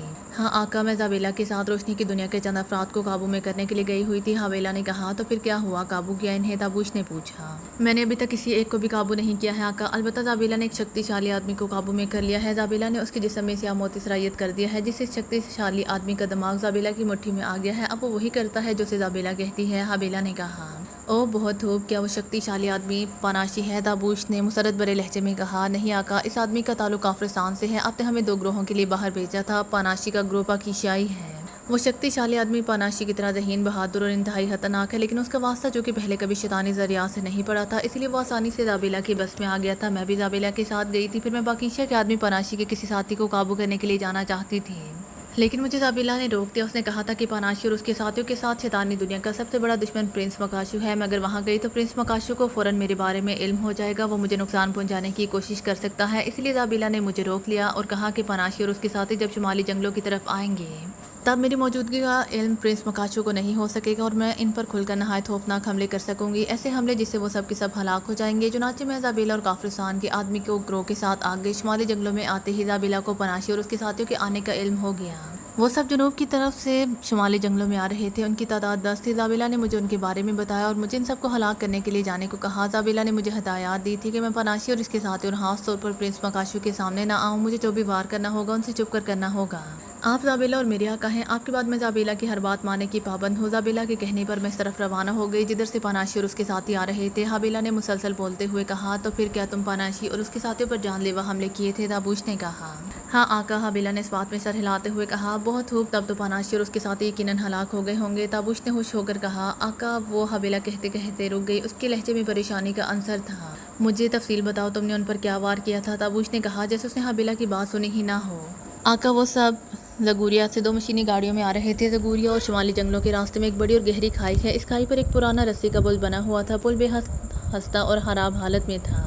میں ابھی حالت میں وہاں پہنچی تو پاناشی اور اس کے ساتھی پل کی دوسری طرف تھے۔ پل کی حالت خراب ہونے کی وجہ سے مجھے یقین تھا کہ وہ اس پل پر آنے کی کوشش نہیں کریں گے، لیکن ایسا نہیں ہوا تھا۔ پل کے پاس انہوں نے مشینی گاڑیاں چھوڑ دیں اور پیدل ہی پل پر آ گئے تھے۔ پرنس مکاشو آگے تھا اور چونکہ اس کے وزن سے پل جھک گیا تھا، اس لیے پاناشی اور اس کے ساتھیوں نے دوسری طرف سے پل کو سنبھال لیا۔ پرنس مکاشو کافی آگے آ گیا تھا، اس سے میں پریشان ہو گئی۔ میں دوسری طرف گئی اور میں نے جا کر فوراً لکڑیوں کے ان کھمبوں کو توڑ دیا جس سے پل بندھا ہوا تھا۔ وہ سب پل کے ساتھ نیچے گرتے چلے گئے۔ زابیلا نے کہا، بہت خوب، کیا تم نے ان سب کو کھائی میں گرتے ہوئے دیکھا تھا؟ تابوش نے پوچھا۔ نہیں آقا، زابیلا نے کہا اور تابوش چونک پڑا۔ نہیں مطلب؟ تابوش نے اسے گھورتے ہوئے کہا۔ آقا، میری طاقتیں زابیلا کی طاقتوں سے کم ہے۔ زابیلا سب کچھ کر سکتی ہے لیکن میں سب کچھ نہیں کر سکتی۔ میں ایک وقت میں ایک وار کر سکتی ہوں، دوسرا وار کرنے کے لیے مجھے 2 ساعتوں کے لیے انتظار کرنا پڑتا ہے جس سے میری طاقتیں بحال ہوتی ہیں۔ اور آقا، میں اس قابل بھی نہیں ہوں کہ میں یہ بھی جان سکوں کہ جس پر میں نے وار کیا ہے اس کا انجام کیا ہوا ہے، اس لیے پل کے دونوں کھمبے توڑتے ہی میں وہاں سے غائب ہو گئی تھی، اس لیے میں یہ نہیں دیکھ سکی تھی کہ مکاشو اور اس کے ساتھی ہلاک ہوئے ہیں یا نہیں۔ زابیلا نے کہا، او ہاں، تم ان معاملات میں واقعی زابیلا سے بہت کمزور ہو، لیکن میں بھی یہ بھی جانتا ہوں کہ تمہارا کیا ہوا کوئی وار کبھی حال ہی نہیں جاتا۔ تم نے پل کے کھمبے توڑ کر پاناشی اور اس کے ساتھیوں کو گرانے کی جو کوشش کی ہے، تمہاری یہ کوشش ضائع نہیں ہوگی۔ وہ سب پل کے ساتھ ہزاروں فٹ گہرائی میں گر گئے ہوں گے، اس قدر گہرائی میں گرنے والا کوئی انسان بچ نہیں سکتا۔ تابوش نے کہا، ہاں آقا، کھائی واقعی بہت ہی گہری ہے۔ کھائی میں پانی بھی ہے لیکن اتنا بھی نہیں کہ وہ سب پانی میں گر کر بچ سکے۔ زابیلا نے اس بات میں سر ہلاتے ہوئے کہا، تو پھر پریشانی کی کیا بات ہے؟ جب تمہیں یقین ہے کہ گہری کھائی میں گر کر وہ سب ہلاک ہو گئے ہیں تو پھر تم پریشان کیوں ہو؟ تابوش نے حیرت بھرے لہجے میں کہا، میں ان سب کو ہلاک ہوتے ہوئے اپنی آنکھوں سے دیکھنا چاہتی تھی آقا۔ زابیلا نے کہا، میں سمجھ گیا، تم زابیلا جیسی طاقتور اور ہر کام میں ماہر بننا چاہتی ہو۔ تابوش نے کہا، ہاں آقا۔ زابیلا نے سر جھکا کر کہا، زابیلا، تم زابیلا کی جڑواں بہن ہو، تمہاری اور زابیلا کی پیدائش میں آدھی رات کی 2 ساعتوں کا فرق ہے، اس لیے اسے تم سے زیادہ شکتیاں دی گئی ہیں۔ اس کے علاوہ زابیلا نے مہاآقا شیطان کو خوش کرنے کے لیے بہت کچھ کیا ہے، اس کے ہاتھ چند بڑے رشیوں کے خون سے رنگے ہوئے ہیں، اس لیے اس کا وار کبھی حال ہی نہیں جاتا۔ تم زابیلا کے ساتھ پہلی بار روشنی کی دنیا میں گئی ہو۔ زابیلا نے تمہیں پاناشی اور پرنس مکاشو جیسے انسانوں کو ہلاک کرنے کی ذمہ داری دی تھی جس پر تم جان لیوا وار کر چکی ہو۔ تمہارا وار اگر کارگر ہوا اور وہ سب ان میں سے ایک آدمی بھی ہلاک ہو گیا تو تمہاری محدود طاقتیں بھی لامحدود ہو جائیں گی، تم بھی زابیلا جیسی مہان اور انتہائی طاقتور ذریعت بن جاؤ گی۔ تم بس تھوڑا انتظار کرو، 2 ساعتوں بعد تم ایسی بن جاؤ گی جیسی زابیلا ہے۔ تابوش کہتا چلا گیا اور بڑھیا زابیلا کے چہرے پر پہلی بار مسرت کے تاثرات ابھر آئے۔ وہ آپ سچ کہہ رہی ہیں آقا، کیا 2 ساعتوں بعد میری طاقتیں زابیلا جیسی ہو جائیں گی؟ میں شکتیشالی بن جاؤں گی؟ زابیلا نے مسرت سے لرزتے ہوئے پوچھا۔ بالکل، لیکن اس صورت میں اگر پاناشی، پرنس مکاشو اور ان کے ساتھی واقعی تمہارے ساحرانہ وار سے ہلاک ہو گئے ہوں، تابوش نے کہا، اور اگر وہ کسی وجہ سے زندہ بچ گئے تو؟ زابیلا نے ایک بار پھر پریشان ہوتے ہوئے کہا، ایسا نہیں ہو سکتا۔ بہرحال ایسا ہوا بھی ہے تو کوئی بات نہیں، اگلی 2 ساعتوں بعد تمہاری طاقتیں پھر بھی بحال ہو جائیں گی اور تم جا کر دیکھ سکتی ہو کہ وہ ہلاک ہوئے ہیں یا نہیں۔ اگر وہ زندہ ہوئے تو تم ان پر دوسرا وار کر سکتی ہو، ایسا وار جس سے وہ کسی بھی صورت میں زندہ نہ بچ سکے۔ تابوش نے کہا، او اگر ایسی بات ہے تو میں بہت خوش ہوں آقا، بہت خوش۔ مجھے امید ہے کہ پاناشی اور اس کے ساتھی ہلاک ہو چکے ہیں، اور اگر نہیں تو ان پر میں اب اس قدر خوفناک اور طاقتور وار کروں گی جس سے وہ کسی بھی صورت میں زندہ نہیں بچ سکیں گے۔ یہ میرا آپ سے وعدہ ہے۔ زابیلا کا وعدہ؟ زابیلا نے تیز تیز بولتے ہوئے کہا، تو ٹھیک ہے، جاؤ اگلی 2 ساعتوں کا انتظار کرو، جو ہوگا تمہارے سامنے آ جائے گا۔ تابوش نے کہا، ٹھیک ہے آقا، میں جا رہی ہوں۔ اب میں آپ کے پاس جب بھی آؤں گی تو ضرور اس کامیابی کی خبر ہی لاؤں گی، پاناشی اور اس کے ساتھیوں کی ہلاکت کی خبر لے کر۔ زابیلا نے کہا۔ اس نے ایک بار پھر تابوش کو جھک کر اداب کیا، پھر اچانک اس کا وجود دھوئیں میں تبدیل ہو گیا اور دھواں لہراتے ہوئے جھونپڑی سے باہر نکلتا چلا گیا۔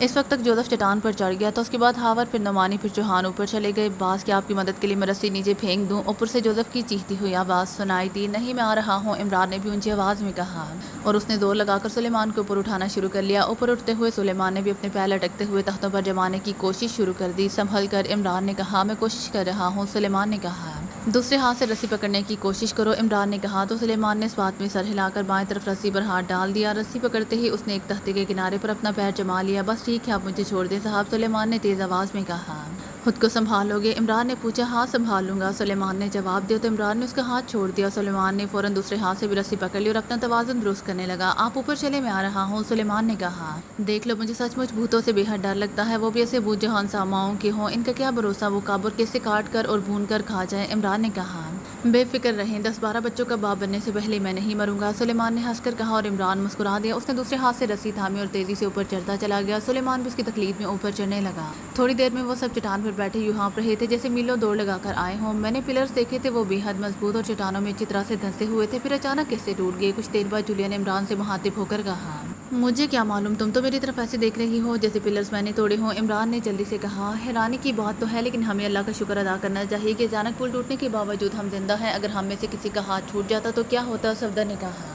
وہی ہوتا جو منظور خدا ہوتا، تنویر نے مسکرا کر کہا۔ اور میں سوچ رہا ہوں کہ تنویر نہ ہوتا تو کیا ہوتا، عمران نے کہا، اور وہ سب چونک کر اس کی طرف دیکھنے لگے۔ کیا ہوتا؟ تنویر نے اسے گھور کر کہا۔ وہی ہوتا جو اللہ کو منظور ہوتا، عمران نے سہم جانے کی اداکاری کرتے ہوئے کہا، اور وہ سب نہ چاہتے ہوئے بھی اس کی جاندار اداکاری پر ہنس پڑے۔ باس پل خود نہیں ٹوٹا بلکہ اسے توڑا گیا تھا، اچانک جوزف نے کہا۔ تو ان سب کے ساتھ عمران بھی چونک پڑا۔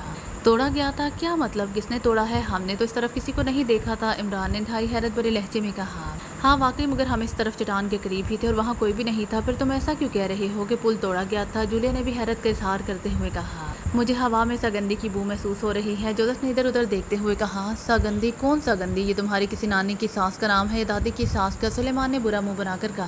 تم چپ رہو سلیمان، عمران نے سلیمان کو خاموش کراتے ہوئے کہا۔ بعض ساگندی کالی بدرو ہے، شیطانی دربار کی بدرو جو انتہائی گندی، رذیل اور انتہائی گناونی ہے، جوزف نے اسی انداز میں کہا۔ لیکن ہم نے تو کسی کو نہیں دیکھا، صدیقی نے کہا۔ وہ دکھائی نہیں دیتی، وہ چھپ کر وار کرتی ہے، لیکن جوزف کہتے کہتے رک گیا۔ لیکن کیا؟ صفدر نے اس کی طرف غور سے دیکھتے ہوئے کہا۔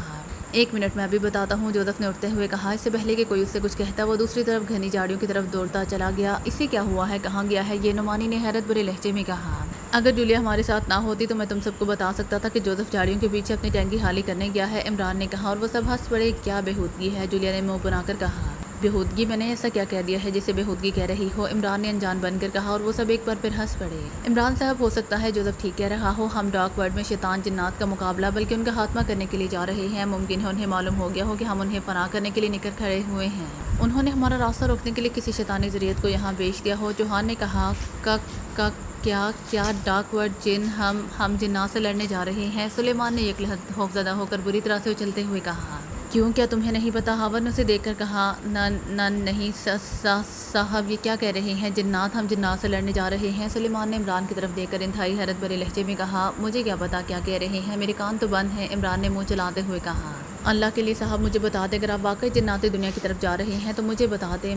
میں سلیمان نے روحان سی شکل بناتے ہوئے کہا۔ تو میں کیا؟ عمران نے کہا۔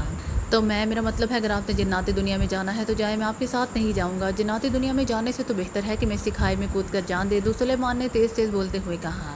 کوئی بھی نیکی ہو وہ پوچھ کر نہیں کرتے، ثواب کم ہو جاتا ہے، عمران نے کہا۔ مطلب میں لگا دوں چھلانگ، سلیمان نے اٹھ کر کھڑے ہوتے ہوئے کہا۔ ڈر لگتا ہے تو میں ان میں سے کسی سے کہہ دیتا ہوں، وہ تمہیں اٹھا کر پھینک دے گا، عمران نے سنجیدگی سے کہا، اور سلیمان بنا کر رہ گیا۔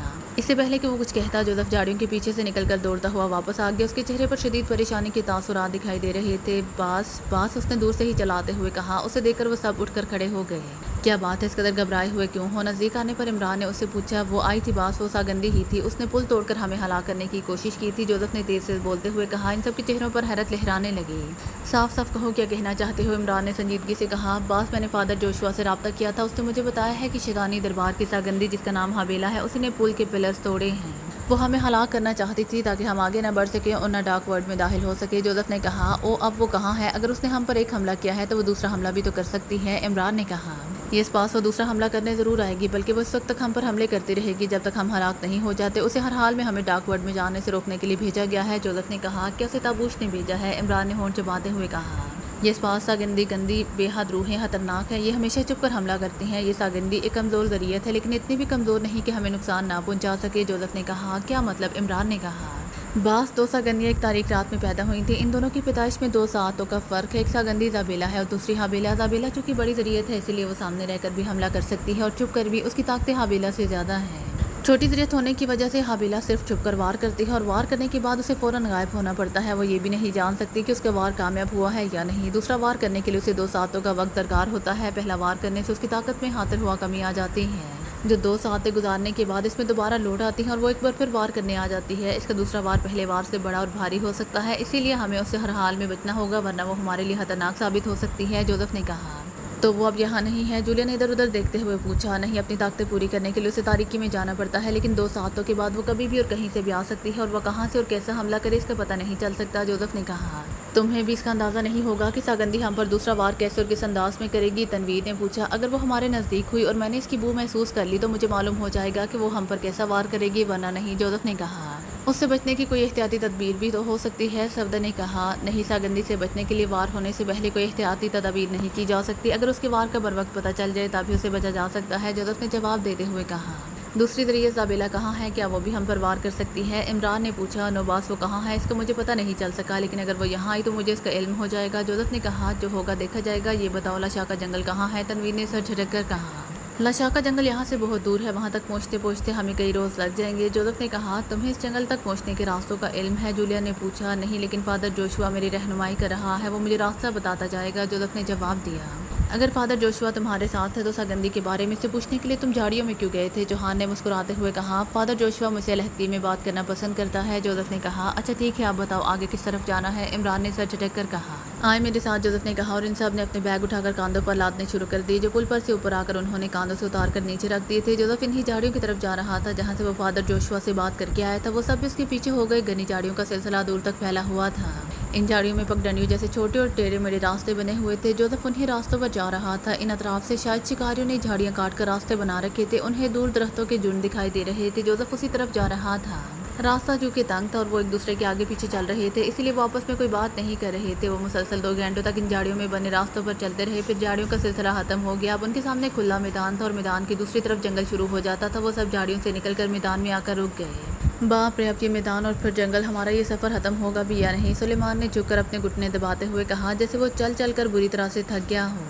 زندگی بھی ایک سفر کا نام ہے پیارے، جس دن یہ سفر ختم ہو جائے گا سمجھو سب ختم ہو گیا، عمران نے مسکراتے ہوئے کہا۔ میں زندگی کی نہیں سفر کی بات کر رہا ہوں، سلیمان نے منہ بنا کر کہا۔ تو کرتے رہو، تمہاری سن کون رہا ہے؟ عمران نے کہا اور وہ سب ہنس پڑے۔ باس رکنا ہے یا آگے چلے؟ جوزف نے پوچھا۔ ان سب سے پوچھ لو بھائی، ان کے پیر تمہارے پیروں کی طرح سٹین لیس اسٹیل کے بنے ہوئے ہیں، تو میں بھی مر مر کے قدم اٹھا ہی لوں گا، عمران نے ایک طویل سانس لیتے ہوئے کہا۔ لگتا ہے عمران صاحب تھک گئے ہیں، چوہان نے مسکرا کر کہا۔ تم تو ایسے کہہ رہے ہو جیسے تمہاری لغت میں تھکن کا نام تک نہیں ہے، عمران نے منہ بنا کر کہا اور وہ سب ایک بار پھر مسکرا دیے۔ اچانک انہوں نے جوزف کو بری طرح سے چونکتے ہوئے دیکھا۔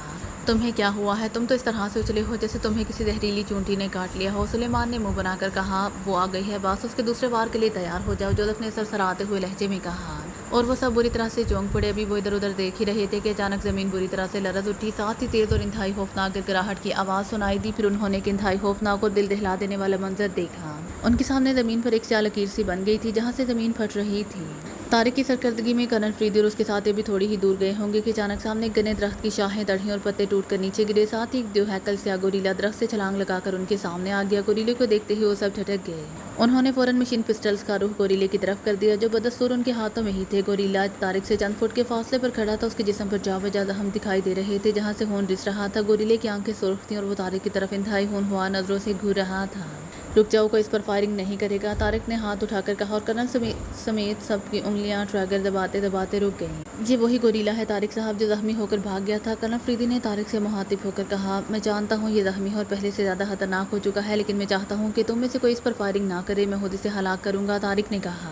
اس کی نظریں بدستور گوریلے پر جمی ہوئی تھی جو اس کی طرف ہونہار نظروں سے دیکھ کر گرانا شروع ہو گیا تھا۔ طارق نے ریوالور پیٹی میں اڑس لیا تھا۔ اس نے پیٹی سے ریوالور نکالنے کی بجائے دندانوں والا خنجر نکال کر ہاتھ میں لے لیا اور ساتھ ہی اس نے آہستہ آہستہ کاندھوں پر سے اپنا بیگ اتارنا شروع کر دیا۔ کیا آپ خنجر کے ساتھ اس کا مقابلہ کریں گے؟ کرنل فریدی نے جبڑے بھینچتے ہوئے پوچھا۔ ہاں، میرا بیگ اٹھاؤ اور تم سب پیچھے ہٹ جاؤ، محتاط رہنا، اس طرف کوئی اور درندہ بھی آ سکتا ہے۔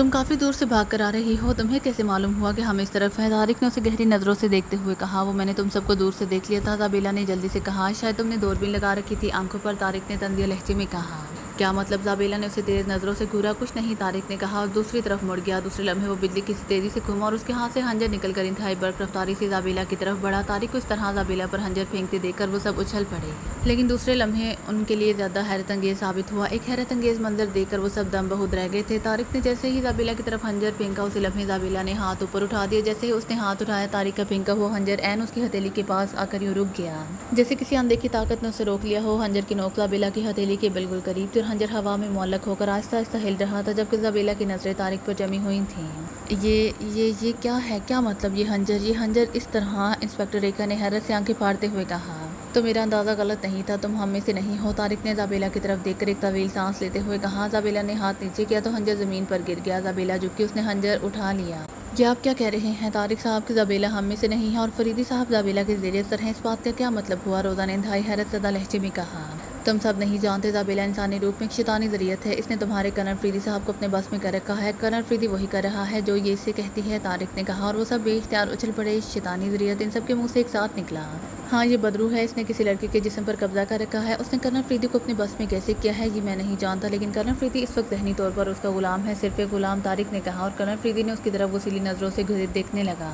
زابیلا بھی طارق کو ہونہار نظروں سے گھور رہی تھی، مگر وہ خاموش تھی۔ آپ ہوش میں تو ہیں؟ آپ فریدی صاحب پر اتنا بڑا الزام کیسے لگا سکتے ہیں؟ اس لڑکے کا تعلق شیطانی ذریعت سے ہے۔ نہیں، میں یہ بات نہیں مان سکتی، کرنل صاحب کے غلام ہونے کے بارے میں تو قطعی نہیں، انسپکٹر ریکھا نے بڑے تلخ لہجے میں کہا۔ مجھے معلوم ہے تم میں سے کوئی آسانی سے میری باتوں کا یقین نہیں کرے گا، لیکن میں جو کچھ کہہ رہا ہوں یہی سچ ہے۔ اس لڑکی کی آنکھیں غور سے دیکھو، اس کی آنکھیں بجھی بجھی سی ہیں، ایسا ہی حال کرنل فریدی کا بھی ہے۔ اس کی آنکھوں میں بھی وہ چمک نہیں ہے جو اس کی ذہانت کی غماز تھی۔ پھر تم اس لڑکی کے ساتھ کرنل فریدی کا بدلا ہوا رویہ دیکھ ہی رہے ہو، کیا پہلے تم نے کبھی اس ہارٹ اسٹون کو کسی لڑکی کے ساتھ اس قدر فرینک دیکھا ہے؟ بولو۔ اس لڑکی کے ذریعت ہونے کا ثبوت اس کی آنکھوں کے ساتھ اس کے کان ہیں۔ اس کے کان انسانی کانوں جیسے نہیں ہیں، بلکہ اگر میں یہ کہوں کہ اس کے کان ہی نہیں ہیں تو بے جا نہ ہوگا۔ یہ شیطانی ذریعت ان سانپوں سے تعلق رکھتی ہے جن کے کان نہیں ہوتے، مگر وہ بو اور اپنے جسم کی تھرتھراہٹ سے ارد گرد کا ماحول جان لیتے ہیں۔ اس ذریعت نے کسی انسانی جسم پر قبضہ ضرور کر لیا ہے، لیکن اس کے باوجود یہ دونوں کانوں سے محروم ہے، طارق نے کہا۔ اگر اس کے کان نہیں ہیں تو پھر یہ ہماری باتیں کیسے سن لیتی ہے؟ یہ تو ہمیں ہر بات کا جواب بھی دیتی ہے، انسپکٹر آصف نے کہا۔ یہ سانپوں کی نسل سے تعلق ضرور رکھتی ہے، لیکن ساتھ نہیں ہے۔ کان نہ ہونے کے باوجود یہ ہوا کے لہروں کے ذریعے تمام باتیں سمجھ لیتی ہے اور اسی مناسبت سے جواب دیتی ہے۔ میں ان ذریعات کے بارے میں بہت کچھ جانتا ہوں۔ جنگلوں میں کئی قبیلوں میں جا چکا ہوں، ان قبیلوں کے سردار اور پجاریوں نے مجھے ایسی ذریعات کی پہچان کے لیے ان کی بہت سی نشانیاں بتا رکھی ہیں۔ یہ اور اس کی بہن حبیلہ دونوں بدروہیں ہیں، مجھے پہلی بار ان دونوں کی آنکھوں پر ہی شک ہوا تھا۔ کرنل فریدی کی آنکھیں بھی بجھی بجھی سی تھیں اور یہ دونوں بہنیں زیادہ سے زیادہ کرنل فریدی کے نزدیک رہتی تھیں۔ میں نے کرنل فریدی سے اس کے بارے میں کئی بار پوچھنا چاہا، مگر یہ مجھے ٹال جاتا تھا۔ میں جب کرنل فریدی کے قریب جاتا تو دونوں بہنیں ہونہار نظروں سے مجھے گھورنے لگتی۔ پھر تم نے خود ہی سنا تھا کہ انہوں نے کرنل فریدی کو جرم میں نہ صرف گوریلوں سے خبردار کیا تھا بلکہ ان کی صحیح تعداد بھی بتا دی تھی۔ پھر دونوں بہنیں اس طرف بھاگ گئی تھیں جہاں گوریلے چھپے ہوئے تھے۔ اب ہم اتنا سفر کر کے آئے ہیں تو یہ اس طرح ہماری طرف بھاگتی ہوئی آئی ہیں جیسے اسے پہلے سے معلوم ہو کہ ہم کہاں ہو سکتے ہیں۔ طارق بغیر رکے بولتا چلا گیا۔ کرنل صاحب آپ خاموش کیوں ہیں؟ طارق صاحب جو کچھ کہہ رہے ہیں کیا وہ سب سچ ہے؟ کیپٹن حمید نے کرنل فریدی کی طرف غور سے دیکھتے ہوئے کہا۔ ہاں، یہ سچ ہے، کرنل فریدی کے بجائے زابیلا نے کہا، اور وہ سب چونک کر اس کی طرف دیکھنے لگے۔ کیا مطلب کہ تم واقعی شیطانی ذریعت ہو؟ روزا نے تشویش زدہ لہجے میں کہا۔ ہاں، میں ساگندی ہوں، شیطانی دربار کی ساگندی، اس نے گراہٹ بھرے لہجے میں کہا، اور کرنل فریدی اور طارق کے سوائے سب کے چہروں پر قدرے خوف کے تاثرات نمودار ہو گئے۔ ساگندی، انسپکٹر آصف نے خوف سے تھوک نکلتے ہوئے کہا۔ ہاں، میں بڑے شیطان کے دربار کی کنیز ہوں۔ بڑے شیطان کے زیادہ نزدیک رہنے کی وجہ سے ہماری نسل کی ذریعتوں کو ساگندی کا نام دیا جاتا ہے، جس کا مطلب ہے کالی طاقت، زابیلا نے جواب دیتے ہوئے کہا۔ او، اگر تم شیطانی طاقت ہو تو تم یہاں کیا کر رہی ہو؟ اور کرنل صاحب کہ تم نے واقعی کرنل صاحب کو اپنے بس میں کر رکھا ہے؟ روزا نے پریشانی سے بھرپور لہجے میں کہا۔ ہاں، کرنل فریدی میرے زیر اثر ہے، یہ وہی سب کچھ کر رہا ہے جس کا میں اسے حکم دیتی ہوں، زابیلا نے کہا۔ مگر کیوں؟ تم نے فریدی صاحب کو اپنے زیر اثر کیوں کر رکھا ہے؟ کیا چاہتی ہو تم؟ کیپٹن حمید نے غصے اور پریشانی کے عالم میں کہا۔ میں کیا چاہتی ہوں اور کیا نہیں یہ سب کرنل فریدی جانتا ہے۔ تمہارے لیے یہی کافی ہے کہ تم میرے نہیں کرنل فریدی کے احکامات پر عمل کر رہے ہو، زابیلا نے کہا۔ اس کا مطلب ہے کہ ہم یہاں کوئی بریف کیس اور ڈائری تلاش کرنے کے لیے نہیں آئے بلکہ کرنل فریدی کو یہاں تم اپنے کسی مقصد کے لیے لائے ہو، طارق نے گھرا کر کہا۔ ہاں، زابیلا نے بلا جھجک کہا۔ کیا مقصد ہے تمہارا؟ بولو ورنہ، کیپٹن حمید نے غصیلے لہجے میں کہا، اور اس نے ہاتھ میں پکڑے ہوئے مشین پسٹل کا رخ زابیلا کی طرف کر دیا۔ کیپٹن حمید، گان نیچے کرو فوراً، کرنل فریدی نے غصیلے لہجے میں کہا۔ سوری کرنل صاحب، اس وقت آپ ہماری باس نہیں ہیں، آپ اس بدرو کے غلام ہیں، اس لیے ہم آپ کی بات نہیں مان سکتے، کیپٹن حمید نے سرد لہجے میں کہا۔ حمید، کرنل فریدی کے حلق سے غضب بھری آواز نکلی۔ وہ تیزی سے کیپٹن حمید کی طرف بڑھا۔ وہیں رک جائیں کرنل صاحب، ورنہ میں زابیلا کو ہلاک کر دوں گا، کیپٹن حمید نے غصے سے کہا، اور کرنل فریدی وہیں ٹھڑک گیا اور پریشان نظروں سے زابیلا کی طرف دیکھنے لگا، جبکہ کیپٹن حمید کی بات سن کر زابیلا بڑے پراسرار انداز میں مسکرا دی تھی۔ مسٹر طارق، کیپٹن حمید کو یہ بھی بتا دو کہ بدروہیں کبھی ہلاک نہیں ہوتی، انہیں فنا کیا جاتا ہے، اور مجھ جیسی ساگندی کو فنا کرنا اتنا آسان نہیں ہے، اسے کہو یہ کھلونا واپس اپنی جیب میں ڈال لے، ورنہ، زابیلا نے زخمی ناگن کی طرح پنکارتے ہوئے کہا۔ ورنہ کیا بولو، کیپٹن حمید نے گرج کر کہا۔ پھر اس سے پہلے کہ کوئی کچھ سمجھتا، کیپٹن حمید نے اچانک مشین پسٹل کا ٹریگر دبا دیا۔ مشین پسٹل سے ترتراہٹ ہوئی، کئی گولیاں زابیلا کے جسم پر پڑی اور زابیلا کے جسم پر بے شمار سوراخ بنتے چلے گئے۔ عمران اور اس کے ساتھیوں کے پیروں کے نیچے یکلحظ زمین لرز اٹھی تھی، ساتھ ہی سامنے زمین پر سیاہ رنگ کی ایک لمبی سی لکیر بنتی چلی گئی۔ لکیر ایک حصے سے بن کر دو طرف تیزی سے دور تک پھیلتی چلی گئی، پھر انہوں نے زمین پھٹ کر دو حصوں میں الگ ہوتے دیکھی۔ دیکھتے ہی دیکھتے میدان اور جنگل کے درمیانی حصے میں زمین میں کئی فٹ چوڑا شگاف پڑ گیا۔ یہ شگاف اتنا بڑا تھا کہ وہ بھاگ کر اور چھلانگیں لگا کر بھی دوسری طرف جا سکتے تھے۔ ابھی وہ شگاف کی طرف دیکھ ہی رہے تھے کہ اچانک شگاف میں سے آگ کے بڑے بڑے شعلے نکلتے دکھائی دیے۔ یوں لگ رہا تھا جیسے زلزلے سے زمین پھٹ کر دو حصوں میں تقسیم ہو گئی ہو، اور اس شگاف میں لاوا ٹیوب ہو جس میں بڑی مقدار میں لاوا بہہ رہا ہو۔ اس لاوے کی شعلے زمین سے باہر آ رہے ہوں۔ باس، یہ ساگندی کا دوسرا وار ہے، خوفناک وار، وہ ہمیں زندہ جلا کر ہلاک کرنا چاہتی ہے، جوزف نے چیختے ہوئے کہا۔ زمین اس پوری طرح سے لرز رہی تھی کہ انہیں زمین پر اپنے قدم جمانے مشکل ہو رہے تھے، اور سب سے حیرت انگیز بات یہ تھی کہ زمین کی لرزش انہیں آگ اگلتے ہوئے شگاف کی طرف دھکیل رہی تھی۔